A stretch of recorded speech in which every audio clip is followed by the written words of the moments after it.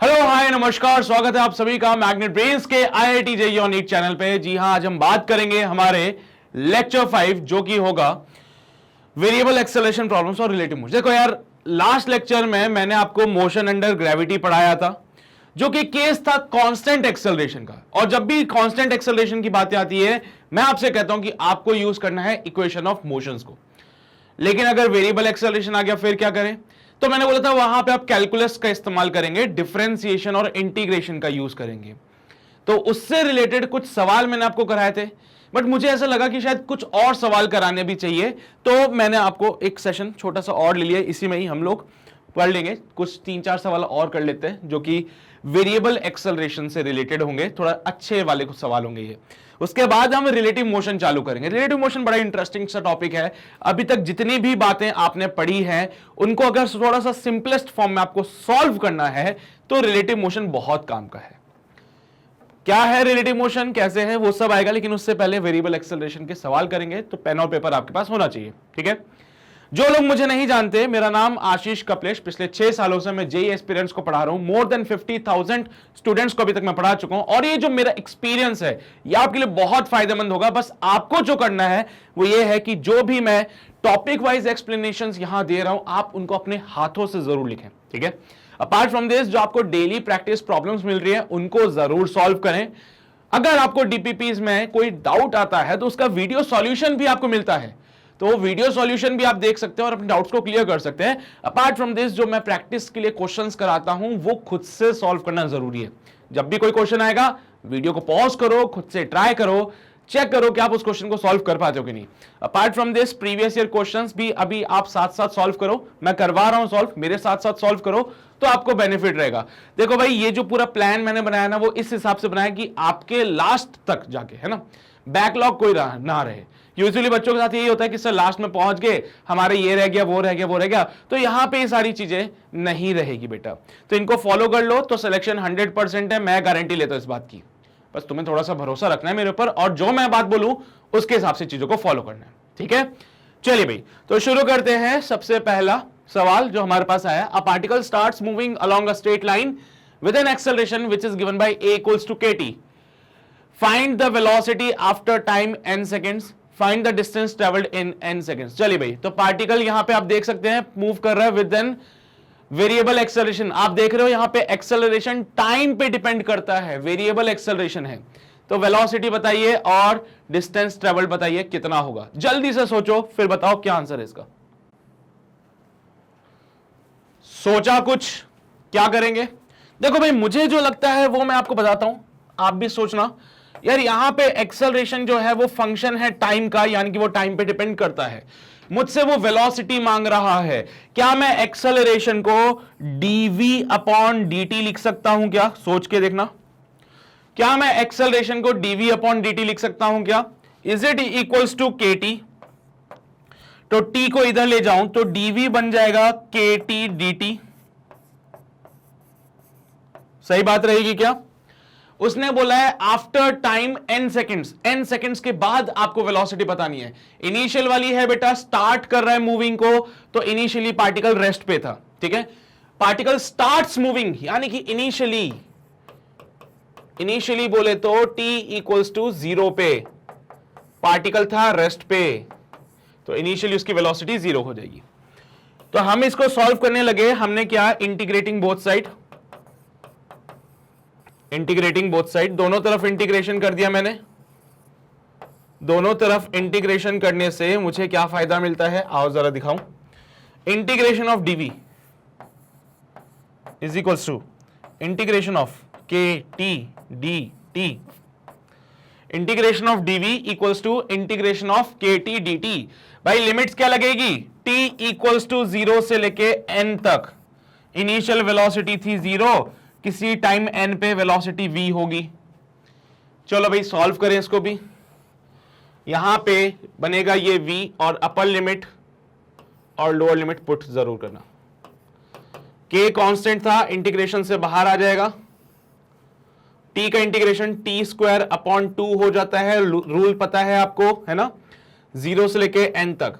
बेटा upper limit minus lower limit is equals to k/2, upper limit minus lower limit, solve किया तो v आ रहा है kn² this is your final answer. तो क्या मैंने पहला पार्ट सॉल्व कर लिया, वेलोसिटी फाइंड कर लिया आफ्टर n सेकेंड्स? जी सर बिल्कुल। अगला टास्क है find the distance travelled in the n second. चलिए भाई, इसी में मैं क्या करूंगा, फिर से v इक्वल्स टू kn²/2 लिखा था ना, तो मैं v को लिखता हूं kt²/2। v को मैंने कैसे लिखा, kt²/2। बेटा v को देखो जरा, kn है, n क्या है, किसी स्पेसिफिक टाइम पे पूछ रहा है वो, n मतलब किसी स्पेसिफिक टाइम पे पूछ रहा है। मैंने बोला भाड़ में जाए स्पेसिफिक टाइम, मैं तो कोई जनरल केस को उठाता हूं, तो इसका एक जनरल केस बनाया कि t²/2 कर दिया। अब t का कुछ भी वैल्यू पुट करूं उसके हिसाब से मुझे वेलोसिटी मिल जाएगा।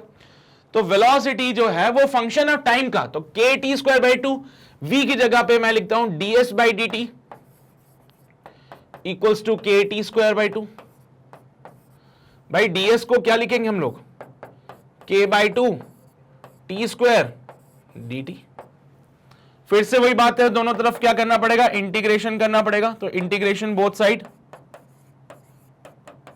अगर आप दोनों तरफ इंटीग्रेशन करते हो तो integration of ds equals to k/2, constant है बाहर आएगा, इंटीग्रेशन ऑफ t²dt। भाई इनिशियली पार्टिकल था रेस्ट पे, कोई मोशन नहीं कर रहा था, तो जब टाइम 0 था तो पार्टिकल ने कोई मोशन नहीं किया, और कोई मोशन ही नहीं किया तो उसका डिस्टेंस या डिस्प्लेसमेंट कितना हो जाएगा, 0 हो जाएगा। इनिशियली पार्टिकल ने कोई मोशन ही नहीं किया तो उसका डिस्टेंस या डिस्प्लेसमेंट 0 हो जाएगा, और किसी टाइम n पे उसका डिस्प्लेसमेंट s मान लेते हैं। सॉल्व करेंगे इसको हम लोग, तो ऐसा बनेगा कुछ कहानी में, ds का इंटीग्रेशन s हो गया, लिमिट है 0 से लेकर s तक, k/2 t² का इंटीग्रेशन होता है t³/3, लिमिट्स लगेंगी फ्रॉम 0 टू लेके n तक, तो s माइनस का 0 equals to k/6 n³ minus का 0। सॉल्व किया तो s आ रहा है kn³ divided by 6। This is the distance travelled by the particle in the n seconds. Distance traveled by the particle in n seconds, it comes out be kn³ divided by 6। है ना सही सवाल, बहुत बढ़िया। तो समझ आ गया होगा सभी को, नोट कर लीजिए, फिर हम आगे बढ़ते हैं। देखो यहां पे एक्सेलरेशन वेरिएबल था, और बेटा अगर वेरिएबल एक्सेलरेशन आ गया तो फिर इक्वेशन ऑफ मोशन वैलिड नहीं है, बिल्कुल भी सोचना भी मत इक्वेशन ऑफ मोशन लगाने की। उस टाइम पे आपको कैलकुलस का यूज करना है, इंटीग्रेशन डिफरेंशिएशन आना चाहिए, तो आप क्वेश्चन को सॉल्व कर सकते हैं इजीली। फिर नोट कर लीजिए इसको जल्दी से। कर लिया नोट सभी ने, ये भी नोट कर लीजिए, कर लिया भी नोट, समझ आई बात, पक्का? बढ़े अगले सवाल पे। The acceleration of a particle depend on the velocity as a equals to kv। बेटा यहां पे एक्सेलरेशन और वेलोसिटी एक दूसरे पे डिपेंड कर रही है। At t equals to 0 x 0 होगा, और v जो होगा वो 1 मीटर पर सेकेंड हो जाएगा। Find the position of the particle as the function of time, position बताना है एज अ टाइम का फंक्शन। तो इस सवाल में क्या है गिवन, वो मैं लिख देता हूं, a इक्वल्स टू kv। ठीक है, a इक्वल्स टू kv। अब यार मुझे नहीं पता कि एक्सेलरेशन को कैसे लिखूं, मतलब अगर ये चीज वेलोसिटी की जगह टाइम होता तो मेरा काम आसान हो जाता, पर मैं काम किया, एक्सेलरेशन की जगह लिखा v kv, है ना, a की जगह v dv/dx equals to kv। क्या तुम्हें लगता है ऐसा कुछ बन पाएगी बात? v dv/dx equals to kv।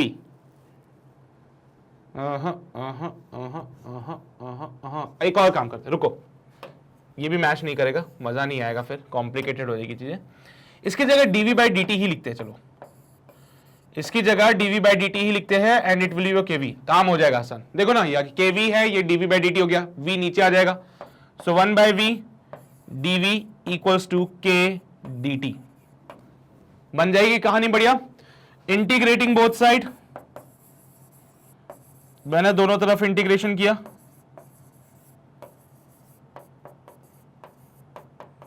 दोनों तरफ इंटीग्रेशन करने से मुझे जो मिला वो ये है कि भाई 1/v dv equals to integration of k dt। भाई 1/v का इंटीग्रेशन log v होता है, नहीं पता था क्या? log v to the base e। Limits क्या लगाएं सर इसकी, रुक जाओ अभी बता देता हूं, मत लगाओ। इनडेफिनाइट के फॉर्म में सॉल्व कर दिया, डेफिनाइट इंटीग्रल के फॉर्म में नहीं, इनडेफिनाइट इंटीग्रल के फॉर्म में सॉल्व कर दिया। लिमिट्स के बारे में कुछ पता नहीं चल रहा था इसलिए मैंने कांस्टेंट c1 लगा दिया। ठीक है भाई साहब, बहुत बढ़िया, अच्छा किया आपने साहब।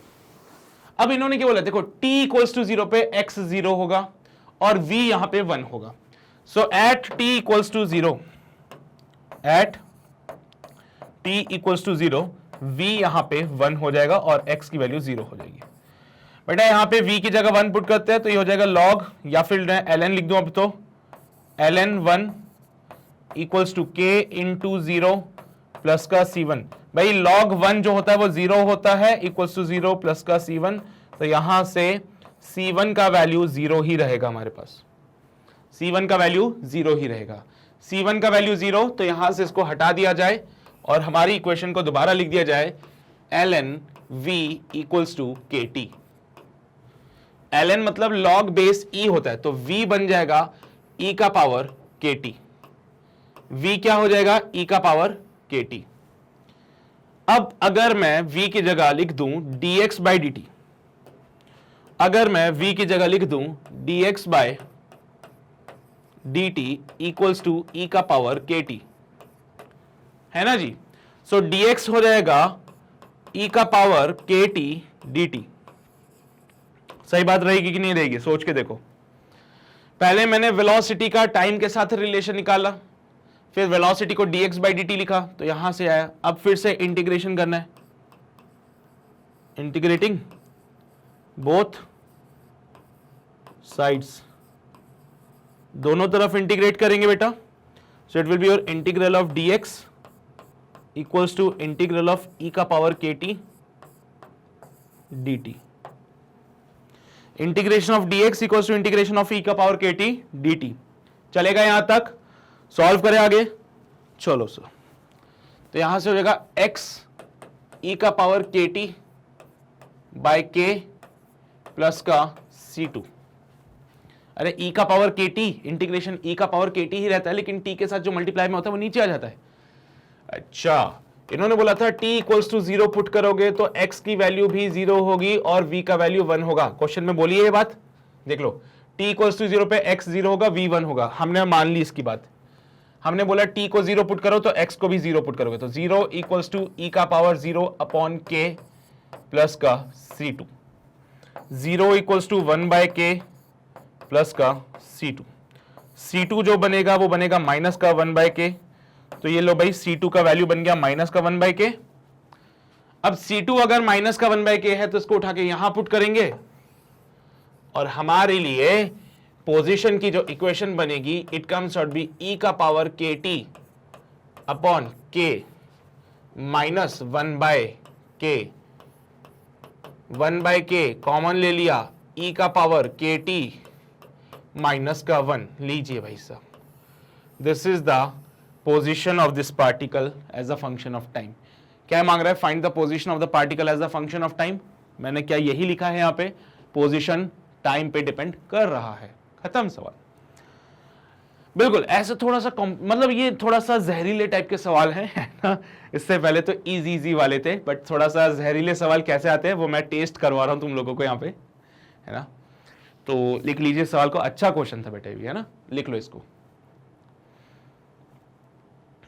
आपको ऐसे इंटीग्रेशन डिफरेंशिएशन कर करके रिलेशंस निकालने पड़ेंगे। किया नोट सभी ने, बहुत बढ़िया। ये भी नोट कर लो यार, ये भी इंपॉर्टेंट है। ये भी कर लिया नोट सभी ने। फिर आ जाओ अगले सवाल पे। अगला सवाल थोड़ा हलवा हाला दे दिया, बहुत ज्यादा जहरीले सवाल हो गए थे, अब थोड़ा सा इजी वाला हलवा वाला तुम खुद से ट्राई कर सकते हो। The displacement of a particle undergoing the rectilinear motion along the x axis. देखा, वन डायमेंशनल मोशन हो रहा है सिर्फ, and the position is a function of time which is given by 2t cube minus 21t square plus 60t plus का 6 metre. Find the acceleration of the particle when its velocity is 0। आपको particle का acceleration बताना है जब velocity 0 हो। उस time पे acceleration बताना है जब वेलोसिटी जीरो हो जाए। उस टाइम पे एक्सेलरेशन बताएंगे जब वेलोसिटी जीरो हो जाए। तो पहली बात तो वेलोसिटी होता है बेटा dx बाई dt, मतलब इस पूरी इक्वेशन का करना पड़ेगा डिफरेंशिएशन। बेटा 2 कांस्टेंट है, बाहर आ गया। t क्यूब का डिफरेंशिएशन 3t स्क्वायर होता है, माइनस का 21 बाहर रह गया, t स्क्वायर का डिफरेंशिएशन 2t होता है, प्लस का 60 बाहर रह गया, t का डिफरेंशिएशन 1 होता है और अकेला कांस्टेंट का डिफरेंशिएशन 0 होता है। वेलोसिटी मिलती है 6t स्क्वायर माइनस का 42t प्लस का 60। मुझे एक्सेलरेशन बताना है जब वेलोसिटी 0 होगी, तो वेलोसिटी को कर दीजिए 0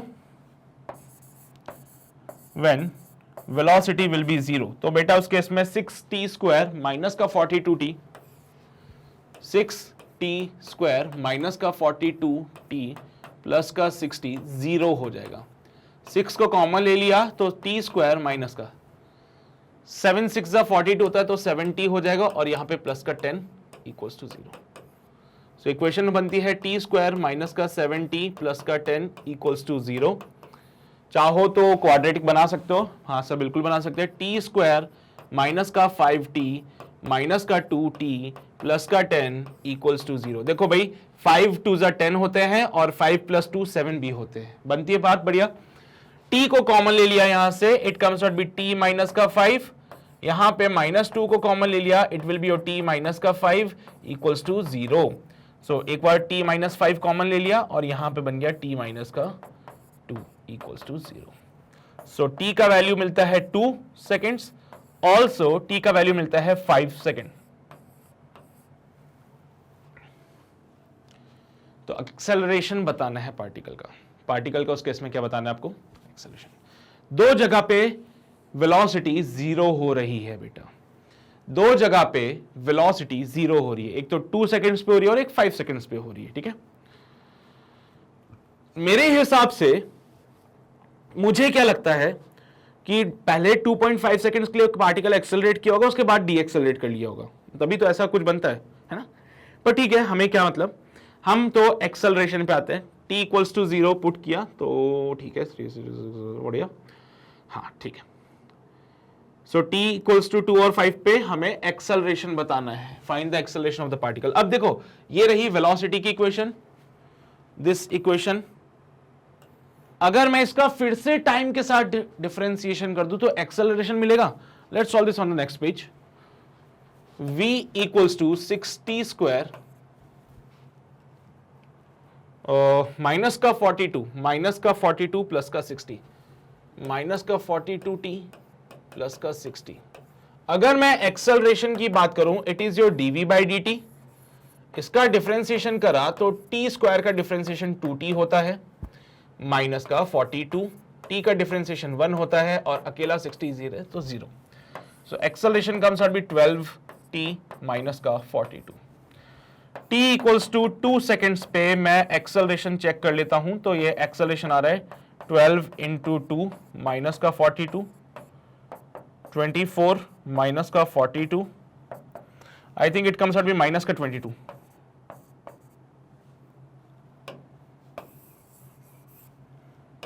हम्म 42 माइनस का 24, 18 माइनस का 18 मीटर पर सेकंड स्क्वायर। देखा, मैंने बोला था ना, एक बार रिटार्डेशन होगा, एक बार एक्सेलरेशन होगा, है ना, वही बात, रिटार्डेशन वाली बात है। ठीक है, अब t इक्वल्स टू 2 सेकेंड पे हुआ ये तो, है ना, और यही काम मैं t इक्वल्स टू 5 सेकेंड्स पे भी कर दूं तो एक्सेलरेशन इज 12 इंटू 5 माइनस का 42, 60 माइनस का 42, I think it comes out be plus का 18 मीटर पर सेकेंड स्क्वायर।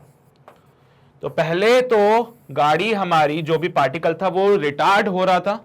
ये पता है कैसा सिनेरियो है, पार्टिकल पहले रिटार्डेशन में था, मोशन तो आगे हो रहा था उसका, लेकिन उस पे जो एक्सेलरेशन लग रहा था वो पीछे की तरफ था 18 मीटर पर सेकेंड स्क्वायर।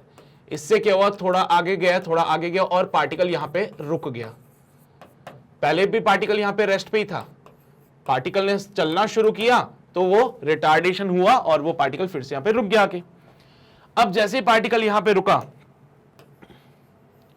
ठीक है, ध्यान से देखना, अब पार्टिकल यहां रुका, अब अभी भी इसके ऊपर एक्सेलरेशन तो है ना बेटा 18 मीटर पर सेकंड स्क्वायर का, ये क्या करेगा, पार्टिकल को आपको फिर से पीछे लेके जाएगा। अब पार्टिकल का मोशन इस तरफ हो रहा है, ठीक है, तो जब मोशन के अपोजिट था तो वो रिटार्डेशन हो गया, जब मोशन के सपोर्ट में हो गया तो वो एक्सेलरेशन हो गया, और कुछ नहीं है इसमें, ठीक है। तो यहां पे माइनस का 18 metre per second square and plus का 18 metre per second square is the acceleration of the particle when its velocity is 0। Note कर लीजिए इसको जल्दी से, नोट कर लीजिए इसको जल्दी से, फिर आगे बढ़ते हैं हम लोग।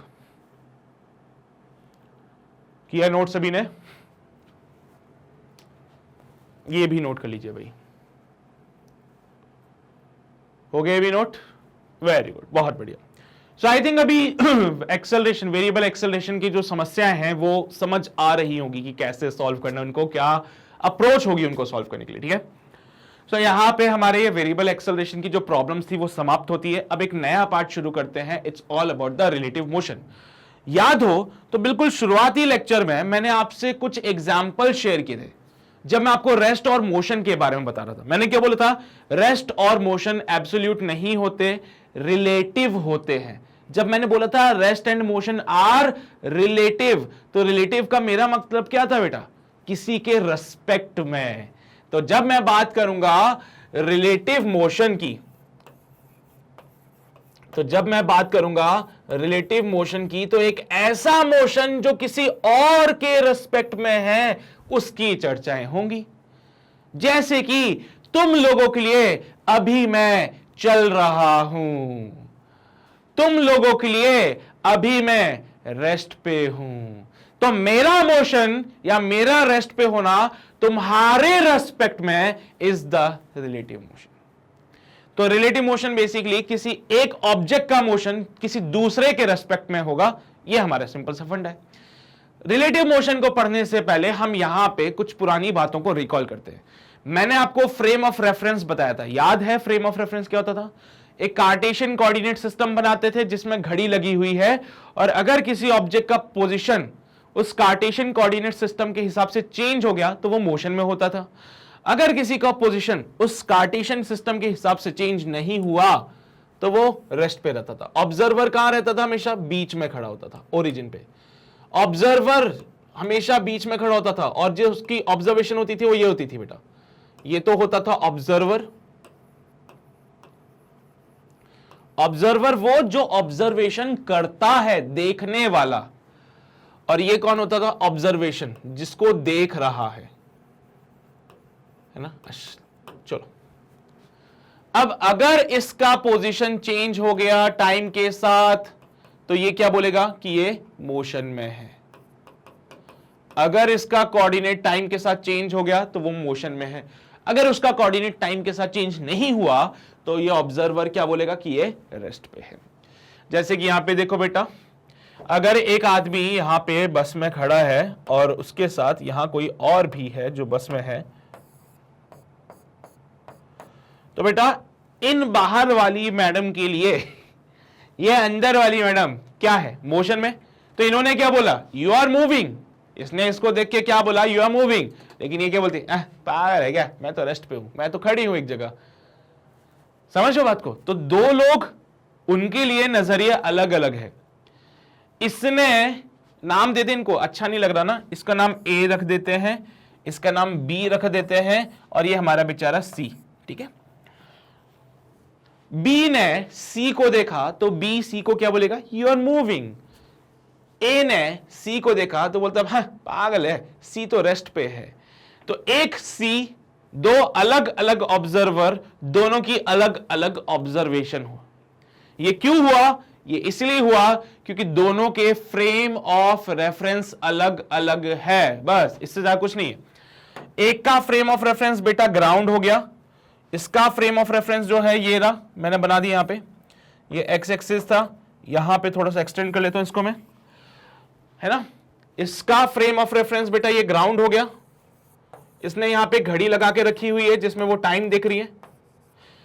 जैसे जैसे ये बॉक्स आगे, ये गाड़ी आगे बढ़ रही है, इसके जो कोऑर्डिनेट है बेटा वो चेंज होते जा रहे हैं। अभी कोऑर्डिनेट था ये वाला, कुछ समय के बाद कोऑर्डिनेट ये हो जाएगा, कुछ समय के बाद ये हो जाएगा, कुछ समय के बाद ये हो जाएगा, कुछ समय के बाद ये हो जाएगा। तो C के जो कोऑर्डिनेट है B के लिए वो कोऑर्डिनेट्स चेंज होते जा रहे हैं। C के जो कोऑर्डिनेट्स थे B के लिए ये कोऑर्डिनेट्स चेंज होते जा रहे हैं, तो B क्या बोलेगा? You are in motion, you are in motion. लेकिन अगर मैं A की बात करूं, तो ये A का कार्टेशियन कोऑर्डिनेट सिस्टम, उसमें इसने भी घड़ी लगा के रखी है। यहां पे हर किसी का अपना एक कार्टेशियन कोऑर्डिनेट सिस्टम है, हर किसी का अपना एक फ्रेम ऑफ रेफरेंस है। ए के फ्रेम ऑफ रेफरेंस में सी का पोजीशन फिक्स है, जो कि चेंज ही नहीं हो रहा है। ए के फ्रेम ऑफ रेफरेंस में सी का पोजीशन फिक्स है, जो कि चेंज नहीं हो रहा है। तो ए क्या बोलेगा कि भाई साहब सी रेस्ट पे है, सी जो है वो रेस्ट पे है। ऑल्दो ये पूरी गाड़ी चल रही है, ये पूरी गाड़ी चल रही है, ए का फ्रेम ऑफ रेफरेंस भी चल रहा है, ए का फ्रेम ऑफ रेफरेंस भी चल रहा है। तो भाई सब साथ साथ चल रहे हैं, तो ए और सी के बीच का जो सेपरेशन है मेरे बच्चे वो चेंज नहीं हो रहा, इसलिए ए ने सी को क्या बोला कि तुम रेस्ट पे हो। लेकिन वहीं पे बी और सी के बीच के फासले बढ़ते जा रहे हैं। बी के लिए ये जो सी का कोऑर्डिनेट है वो चेंज होता जा रहा है, इसलिए बी क्या बोलता है कि ये मोशन में है। बड़े सिंपल सी बातें हैं, कोई रॉकेट साइंस नहीं है, बस हमें डराने वाली बातें हैं कि ओहो रिलेटिव है ना, परेशान हो जाओगे तुम लोग। कुछ नहीं है परेशान होने वाली बात। सो रिलेटिव का फंडा बड़ा सिंपल है कि अगर आप किसी भी ऑब्जेक्ट के मोशन और रेस्ट को डिफाइन करना चाहते हो तो पहली बात तो आपको फ्रेम ऑफ रेफरेंस जानना जरूरी है। भाई ऑब्जर्वेशन कहां से कर रहे हो? अब तुम बस में बैठे हुए हो, है ना, बिल्कुल, हाँ बस में बैठे से मैंने बाहर देखा पेड़ पीछे जा रहे हैं, पेड़ पीछे जा रहे, ऐसा होता है क्या? पेड़ चाहते हैं क्या? नहीं सर, हमारी बस आगे जा रही है। किया होगा ऑब्जर्वेशन, जब तुम अपने दोस्त के घर पे या फिर किसी के भी घर पे जाते हो तो बस में से बाहर लगे हुए पेड़ों को जब तुम देखते हो तो क्या अगर तुम्हारी बस आगे जा रही है तो तुम्हें वो पेड़ पीछे जाता हुआ दिखता है? मुझे तो दिखता है भाई, मैंने तो एक्सपीरियंस किया, तुम्हारा पता नहीं। फिर तो क्या सच में ये पेड़ पीछे जा रहा था? क्या सच में ये पेड़ पीछे जा रहा था? नहीं सर, वो तो मेरा फ्रेम ऑफ रेफरेंस है, वो तो मेरा फ्रेम ऑफ रेफरेंस है जो आगे जा रहा है और मेरे लिए ये पेड़ पीछे जा रहा है। मैं खुद को हमेशा रेस्ट पे रखूंगा। ऑब्जर्वर की बड़ी गंदी आदत है, ऑब्जर्वर अपने फ्रेम को रेस्ट पे सोचता है हमेशा। जैसे कि ये आदमी जो बस के अंदर है ये खुद को रेस्ट पे सोचता है, लेकिन असल में मोशन तो यही कर रहा था। तो जो भी ऑब्जर्वर होता है उसकी एक बड़ी गंदी आदत है कि वो हमेशा खुद को रेस्ट पे एज्यूम करता है और सोचता है बाकी सब मोशन कर रहे हैं। तुमने ट्रेन में भी देखा होगा, जब तुम ट्रेन के अंदर बैठे हो और पास वाली ट्रेन चलती है तो लगता है ना कभी कभार अरे ट्रेन चल पड़ी, पर ऐसा नहीं होता है, वो दूसरी ट्रेन होती है। हाँ, या फिर तुमने ट्रेन का ही एग्जांपल देखा होगा, तुम ट्रेन में बैठे हुए हो और तुम्हारी ट्रेन चल रही है, तो तुम्हें लोग ऐसे पीछे जाते हुए दिखेंगे। तुम्हारी ट्रेन आगे जा रही है, तुम्हें लोग पीछे जाते हुए दिखते हैं। तो भाई तुम्हारी टेंडेंसी है कि तुम ये सोचते हो कि हम रेस्ट पे हैं और बाकी मोशन में, लेकिन असल में क्या होता है, लोग अपनी जगह खड़े होते हैं, तुम्हारी ट्रेन आगे जा रही होती है। तो यही है फंडा रिलेटिव का। पहली चीज आपको ध्यान रखनी है कि जो ऑब्जर्वर है वो ऑलवेज खुद को रेस्ट पे एज्यूम करता है। दूसरी बात, कोई भी ऑब्जर्वर ऑब्जर्वेशन अपने फ्रेम ऑफ रेफरेंस के हिसाब से देगा कि उसका फ्रेम क्या है, तो ही वो बताएगा चीजों को। इसके अलावा रिलेटिव मोशन में क्वेश्चन कैसे आएंगे वो अब मैं बता देता हूं। यहां पे बेसिकली पहले तो हम रिलेटिव वेलोसिटी का फॉर्मूला डिफाइन करते हैं, ठीक है। तो रिलेटिव वेलोसिटी का फॉर्मूला कैसे डिफाइन करना है वो मैं बता देता हूं, लेकिन अगर ये सारी बातें नोट करनी तो जल्दी से नोट कर लो उसको, ठीक है भाई, करिए नोट। चलो भाई आगे बढ़ते हैं।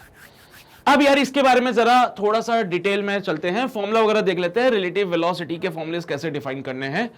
तो बड़ा सिंपल से एक एग्जांपल कंसीडर कर रहा हूं मैं। यहां पे दो गाड़ियां हैं हमारे पास, कार ए कार बी, ठीक है, दो कार्स है हमारे पास ए और बी। भाई दोनों ने एक ही जगह से चलना शुरू किया था, ध्यान से सुना, दोनों ने सेम पॉइंट से चलना शुरू किया था। कार ए ने चला है x a distance, car B ने चला एक्स बी डिस्टेंस। अब इनको हमने बोला रुको जरा, अब रुक जाओ जरा। कार ए से पूछा भैया कार बी कहां है, तो कार ए क्या बोलेगी, बोलो। कार ए से पूछूंगा कि भाई बी कहां है, तो ए क्या करेगी, पीछे से देखेगी ऐसे, अच्छा वहां से चलना शुरू कर, वहां तक नहीं। बी, ए से पूछा बी कहां है, तो ए बोलेगा भाई कार बी मुझसे इतना डिस्टेंस आगे है। बोलेगी कि नहीं बोलेगी? अरे भैया तुम अगर कार ए के अंदर बैठे होते और मैं पूछता भी कार बी कहां है, तो तुम भी तो ये बोलते कि भाई वो हमसे 5 किलोमीटर आगे है, वो हमसे 2 किलोमीटर आगे है, वो हमसे 4 किलोमीटर आगे है। कि ऐसा बोलते हैं कि जब से वो चली है तब से अभी तक 100 किलोमीटर चल चुकी है, ऐसे बोलोगे मुझे? अगर मैं तुमसे बोलूं कार बी कहां है, what is the position of the car B, तो क्या बोलोगे? सर जहां से वो चली थी वहां से अभी तक 100 किलोमीटर चल चुकी है। यार मजा ही नहीं आया सुनने में कुछ। कार ए से पूछा बी कहां है, तो उसने बोला बी मुझसे इतना डिस्टेंस आगे है। बी से पूछा ए कहां है, ए मुझसे इतना डिस्टेंस पीछे है। तो हर एक से जब आप ये बात पूछ रहे हो तो वो स्टार्टिंग से पोजीशन नहीं बता रहे, वो अपने रेस्पेक्ट में बता रहे हैं पोजीशन। अगर आप बात कर रहे हो किसी भी कार से किसी दूसरे कार की पोजीशन की पूछ रहे हो, तो वो स्टार्टिंग से अपनी पोजीशन नहीं बता रहे, बल्कि अपने से कितना आगे या पीछे है सिर्फ उसकी बात कर रहे हैं। तो ये जो है ना बेटा, it is called the relative separation. इसको कैसे बोलते हैं? इसको लिखते हैं बेटा position of B with respect to A, ठीक है? या फिर मैं बोलूं it is the displacement of B with respect to A. A के रेस्पेक्ट से देखा जाए तो बी का डिस्प्लेसमेंट इतना ही हुआ। अरे पीछे मुड़ के कौन देखता है भाई? कोई नहीं देखता। तो अगर मैं बोलूं x B A, so it is the displacement of car B with respect to A. A के रेस्पेक्ट में कार बी का डिस्प्लेसमेंट सिर्फ इतना सा है। कार ए कभी ये नहीं बोलेगी कि बी का डिस्प्लेसमेंट वहां से लेके यहां तक पूरा गिने, नहीं कोई करता ऐसे। अब तुमसे कोई पूछे कि भाई साहब तुम्हारा बड़ा भाई कितना है ना? कोई तुमसे बोले कि भाई तुम्हारा बड़ा भाई कितना बड़ा है? लगभग लगभग मुझसे 2 साल बड़ा होगा, और है ना, ऐसा भी बोलते हैं ना हम लोग, रादर देन किस पूरा भाई उसका जन्म हुआ था 1995 में, 1995 से लेके आज चल रहा है 2000, ये तो लगभग 26-27 साल का होगा। ऐसे नहीं बोलेंगे ना। किसी से पूछो भाई तेरा भाई कितना बड़ा है, मुझसे 2 साल बड़ा है। तेरा भाई कितना छोटा है, मुझसे 2 साल छोटा है। अपने रेस्पेक्ट में बात हो रही है यहां पे, अपने रेस्पेक्ट में, अपने से कंपेयर कर रहे हैं हम लोग यहां पे। मेरे से 2 साल बड़ा, मेरे से 2 साल छोटा, मेरे से एक्स बी ए डिस्टेंस आगे, और बी क्या बोलेगी? मेरे से एक्स बी ए डिस्टेंस पीछे है ये कार। तो this is what? Displacement of car B with respect to A. क्या है ये? Displacement of car B with respect to A. तो एक्स बी ए क्या हो जाएगा? Displacement of car B with respect to A. बहुत शानदार बेटा। एक्स बी ए का फॉर्मूला अगर मैं लिखूं तो क्या ये एक्स बी माइनस एक्स ए हो जाएगा? तो यहां से एक बात तो साफ साफ दिख रही है कि अगर मैं लिखना चाहूं displacement of car B with respect to A, तो this can be written as displacement of B as measured from A, and it is nothing but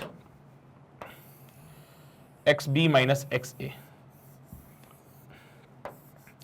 बेटा इसको रिलेटिव डिस्प्लेसमेंट भी कह सकता हूं मैं, इसको रिलेटिव डिस्प्लेसमेंट भी कह सकता हूं मैं, क्योंकि ये दोनों के रेस्पेक्ट में है।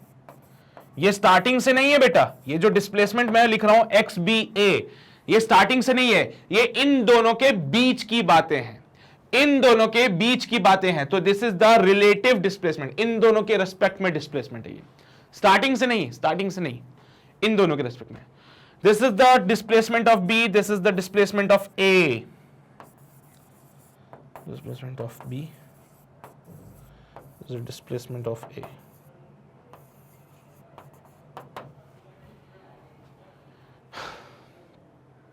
याद रहेगी बातें? अब याद रहेगी बातें सभी को? इसको तो छापो पहले। रिलेटिव डिस्प्लेसमेंट कैसे निकाला वो सब मैंने बता दिया है, उम्मीद करता हूं समझ आ रहा होगा आप लोगों को। इसको नोट करो पहले। चलो भाई, किया नोट सभी ने? आगे बढ़ते हैं। एक्स बी ए को x B minus x A लिखा था, एक्स बी ए को लिखा x B minus x A. बेटा ये क्या है? Relative displacement. This is the displacement of B, displacement of A, या बोलूं displacement of B with respect to A equals to displacement of B minus displacement of A.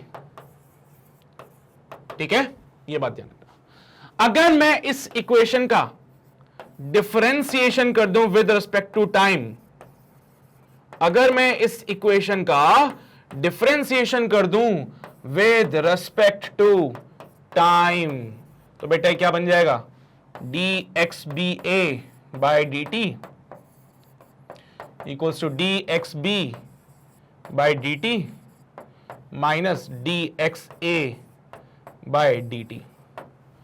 It will be of V B A equals to V B minus V A. क्या है ये क्या है, displacement का differentiation किया तो मिली velocity. It is the velocity of B with respect to A, which is equals to velocity of B minus velocity of A। समझ में आया क्या?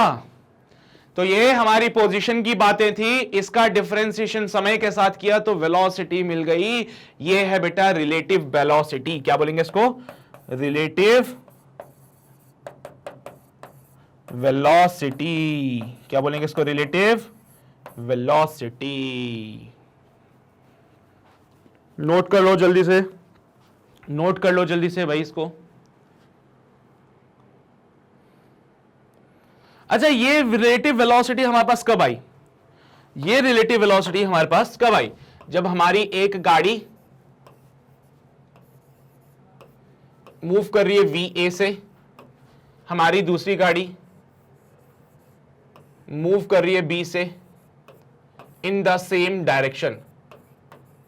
तो velocity of B with respect to A is velocity of B minus velocity of A. बेटा ये वाला फंडा ध्यान रखना इसको। ये कब हुआ, जब दोनों गाड़ियां सेम डायरेक्शन में चल रही थी, जब दोनों कार्स हमारी सेम डायरेक्शन में चल रही थी। अब मान लो ऐसा कुछ हो जाए कि हमारी बी वाली कार तो इधर ही जा रही है वीबी से, लेकिन ए वाली कार अपोजिट डायरेक्शन में आ गई। ध्यान से सुनो इस बात को, ए वाली कार अपोजिट डायरेक्शन में आ गई। अब बताओ what is the velocity of B with respect to A. So now velocity of B with respect to A is velocity of B minus velocity of A. बेटा velocity is a vector quantity, vector है तो sign लगेगा ही लगेगा, sign के साथ गड़बड़ी नहीं करने का। ए वाली गाड़ी अभी इधर आ रही है अपोजिट डायरेक्शन में, तो यहां पे इसकी वेलोसिटी का साइन नेगेटिव कर दिया। तो velocity of B with respect to A equals to velocity of B with velocity of A. क्या बात करो सर, अगर दो गाड़ियां आपस में क्रॉस करती है तो किसी एक गाड़ी की वेलोसिटी दूसरे के रेस्पेक्ट में जो होती है वो उन दोनों गाड़ियों की वेलोसिटी को ऐड करके मिलती है। जैसे सर तुमने देखा होगा हाईवे पे जब तुम चलते हो, स्पीड में जाते हो, तो एक कार जब ऐसे जाती है तो कितनी स्पीड से आती है, जूम, है ना, ऐसे चली जाती है। इसको बहुत अच्छे से अगर एक्सपीरियंस करना हो तो आप ट्रेन में कर सकते हो। जब आपकी ट्रेन चल रही होती है इस डायरेक्शन में और दूसरी ट्रेन आती है अपोजिट डायरेक्शन में, तो आपने देखा है क्रॉसिंग के टाइम पे कितनी स्पीड से निकलती है दूसरी ट्रेन। क्या सच में इतनी स्पीड से चलती है वो? नहीं, वो तुम्हें लगता है, ये वो वेलोसिटी है जो तुम्हें लगता है। This is the relative velocity. बेटा रिलेटिव वेलोसिटी वो है जो हमें फील होता है, जो हमें लगता है।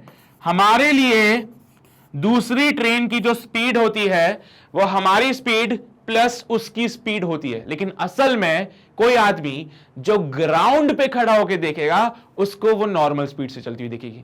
ये सिर्फ आपको लगेगी कि सामने वाली ट्रेन बहुत स्पीड से गई क्योंकि आप खुद एक ट्रेन के अंदर बैठे हुए थे। अगर आप खुद एक ट्रेन के अंदर बैठे हो और दूसरी ट्रेन क्रॉस करती है तो बहुत स्पीड से जाती हुई दिखती है। It is because of the reason, क्योंकि उस ट्रेन की जो वेलोसिटी होती है आपके रेस्पेक्ट में वो होती है आपकी वेलोसिटी प्लस उस ट्रेन की वेलोसिटी। अगर आप रेस्ट पे होते तो सर, अगर हम रेस्ट पे होते तो बेटा, अगर आप रेस्ट पे हो तो आपको उसकी स्पीड नॉर्मल दिखेगी। If you are at rest, if you are at rest. तो उस केस में velocity of train with respect to you is velocity of the train plus, आप तो रेस्ट पे हो तो आपको उसकी स्पीड नॉर्मल दिखेगी। फिर बेटा उस केस में अगर आप रेस्ट पे हो तो आपको उसकी स्पीड नॉर्मल दिखेगी, अगर आप सेम डायरेक्शन में जा रहे हो तो आपको उस सामने वाली ट्रेन की स्पीड कम दिखेगी। ये भी एक्सपीरियंस क्या होगा, एक ही पटरी पे जब दो ट्रेनें साथ में पैरेलल चलती है तो आपको दूसरे वाले ट्रेन की स्पीड थोड़ा सा कम लगती है, ऐसा लगता है यार धीरे चल रही है ट्रेन बहुत, है ना। वो इसलिए होता है क्योंकि सेम डायरेक्शन में अगर चलते हैं तो रिलेटिव वेलोसिटी, हमारी वेलोसिटी माइनस उसकी वेलोसिटी माइनस हो जाती है उसके में। लेकिन अगर वही ट्रेन अपोजिट डायरेक्शन में जाती है बेटा तो रिलेटिव वेलोसिटी होती है हमारी वेलोसिटी प्लस उसकी वेलोसिटी, प्लस हो जाता है, अपोजिट डायरेक्शन में प्लस होता है, तभी इतनी ज्यादा स्पीड दिखती है हमें चलते हुए। अगर हमारी ट्रेन रुकी हुई है तो हमें सामने वाली ट्रेन नॉर्मल स्पीड पर जाती हुई दिखेगी जो उसकी एक्चुअल वाली होगी। फंडा क्लियर है। तो सिर्फ नजरिए की बात है बेटा, यहां पे आपके नजरिए से क्या हो रहा है, आपके नजरिए में मोशन कैसा है वो उसकी बात है सारी। लिख लो यार, ये इंपॉर्टेंट है बातें, ये फॉर्मुलेस इंपॉर्टेंट है बेटा। सेम डायरेक्शन में जाओगे तो माइनस करना, अपोजिट डायरेक्शन के होंगे तो प्लस करना। नोट कर लीजिए इसको।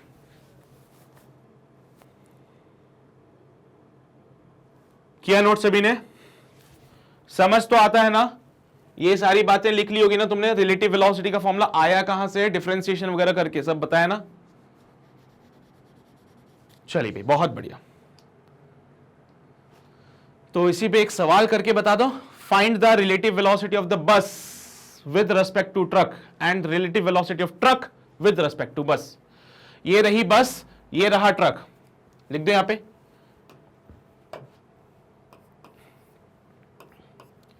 बस मूव कर रही है 20 मीटर से, ट्रक मूव कर रहा है 15 मीटर से, दोनों सेम डायरेक्शन में जा रहे हैं ना मेरे बच्चे। हाँ sir. So velocity of bus is 20 meter per second, velocity of the truck is 15 meter per second. पहली चीज वो मांग रहे हैं velocity of bus with respect to truck. Velocity of bus with respect to truck it is VB minus VT, 20 minus का 15, 5 metre per second. तो बस वाले को ये ट्रक क्या दिखेगा, मैंने उल्टा लिख दिया क्या, velocity of bus with respect to truck. हाँ, ट्रक वाले को ये बस आगे आती हुई दिखेगी 5 मीटर पर सेकेंड से। ऑब्वियसली बात है, जब तुम धीरे धीरे गाड़ी चला रहे होते हो और पीछे से कोई आता है तो तुम्हें वो शीशे में देखा होगा, वो तुम्हें आगे आता हुआ दिखता है। तो ट्रक वाला धीरे चल रहा है, बस तेज चल रही है, तो ट्रक वाले को ये बस आगे आती हुई दिखेगी। सेकेंड चीज बोल रहा है what is the relative velocity of truck with respect to bus. तो हमें बताना है velocity of truck with respect to bus. तो it will be velocity of truck minus velocity of bus. Truck का वेलोसिटी 15, बस का 20। ये क्या sir, minus का 5 मीटर पर सेकंड, क्या बताता है ये? बस वाले को ये ट्रक पीछे आता हुआ दिखेगा, बस वाले को ये ट्रक पीछे आता हुआ अपीयर होगा। माइनस का 5 है मतलब बस आगे जा रही है, तो बस वाले को क्या लगेगा, ये ट्रक पीछे आ रहा है, पीछे आ रहा है, पीछे आ रहा है। और अगर बस वाले ने टाइम पे ब्रेक नहीं लगाई तो ठोक देता उसको, है ना। ये तो आपने भी एक्सपीरियंस किया होगा बेटा, है ना। जब आप कार चला रहे हो, या फिर चलो कार नहीं चलानी अभी, है ना, एज नहीं अपनी, साइकिल चला ले। हाँ सर, साइकिल। जब हम साइकिल चलाते हैं और सामने वाली गाड़ी धीरे होती है तो हमें ऐसा लगता है ना वो गाड़ी पास आ रही, पास आ रही, पास आ रही, पास आ रही है, फिर हम कट मार के निकल जाते हैं, है ना। तो ये वही तो है, बस की स्पीड ज्यादा थी, ट्रक की स्पीड कम थी, तो बस वाले को ये ट्रक पीछे आता हुआ लग रहा था, पीछे आ रहा है, पीछे आ रहा है, ट्रक पीछे आ रहा है, ट्रक पीछे आ रहा है, ट्रक पीछे, अब ओवरटेक करके चल जाएगा साइड से। तो माइनस का 5 मतलब ट्रक, बस वाले को ये ट्रक पीछे आता हुआ दिख रहा है, ट्रक वाले को ये बस आगे आती हुई नजर आ रही है। ये सारी चीजें आपने ऑब्जर्व की होगी सड़क पे कभी ना कभी। अगर आप धीरे धीरे चल रहे हो तो आप पीछे देखो, कोई गाड़ी आपको आगे आती हुई दिखती है, क्योंकि इसकी स्पीड ज्यादा है तो हमें ओवरटेक कर जाती है। सेम काम ट्रक वाले के साथ हो रहा है, उसको ये बस आगे आती हुई दिखती है जो उसको ओवरटेक करके जाती है।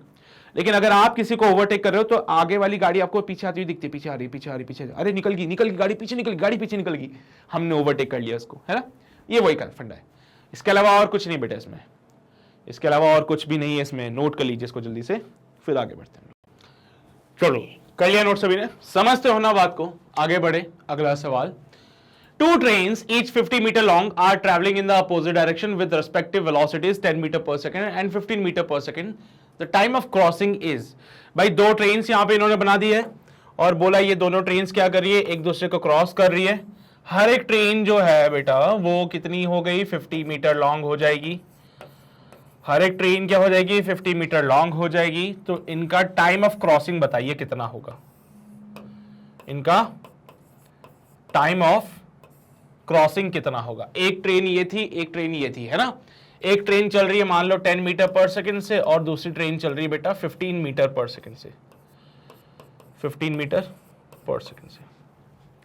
So what is the time of crossing, दोनों ट्रेन्स एक दूसरे को क्रॉस कब करेंगी?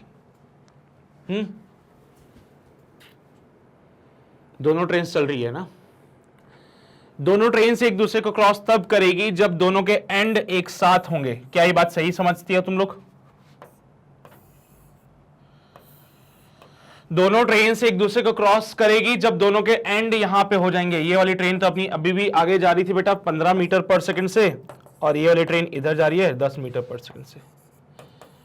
तो बेटा दोनों ट्रेन्स ने एक दूसरे को क्रॉस किया, और क्रॉस करके ये वाली सिचुएशन आ गई। अब कितना डिस्टेंस चले होंगे तुम्हारे हिसाब से? सर ये वाली ट्रेन जो थी, ये वाली ट्रेन, इसने इसके यहां से लेके यहां तक का डिस्टेंस ट्रेवल किया। सोचना, ये वाली जो ट्रेन थी उसका जो स्टार्टिंग वाला पार्ट था, है ना, इस ट्रेन का स्टार्टिंग वाला पार्ट, उसने कितना डिस्टेंस ट्रेवल किया? यहां पे थी, देखो पहले यहां पे थी, यहां से पूरा यहां तक का डिस्टेंस कवर किया। हाँ सर।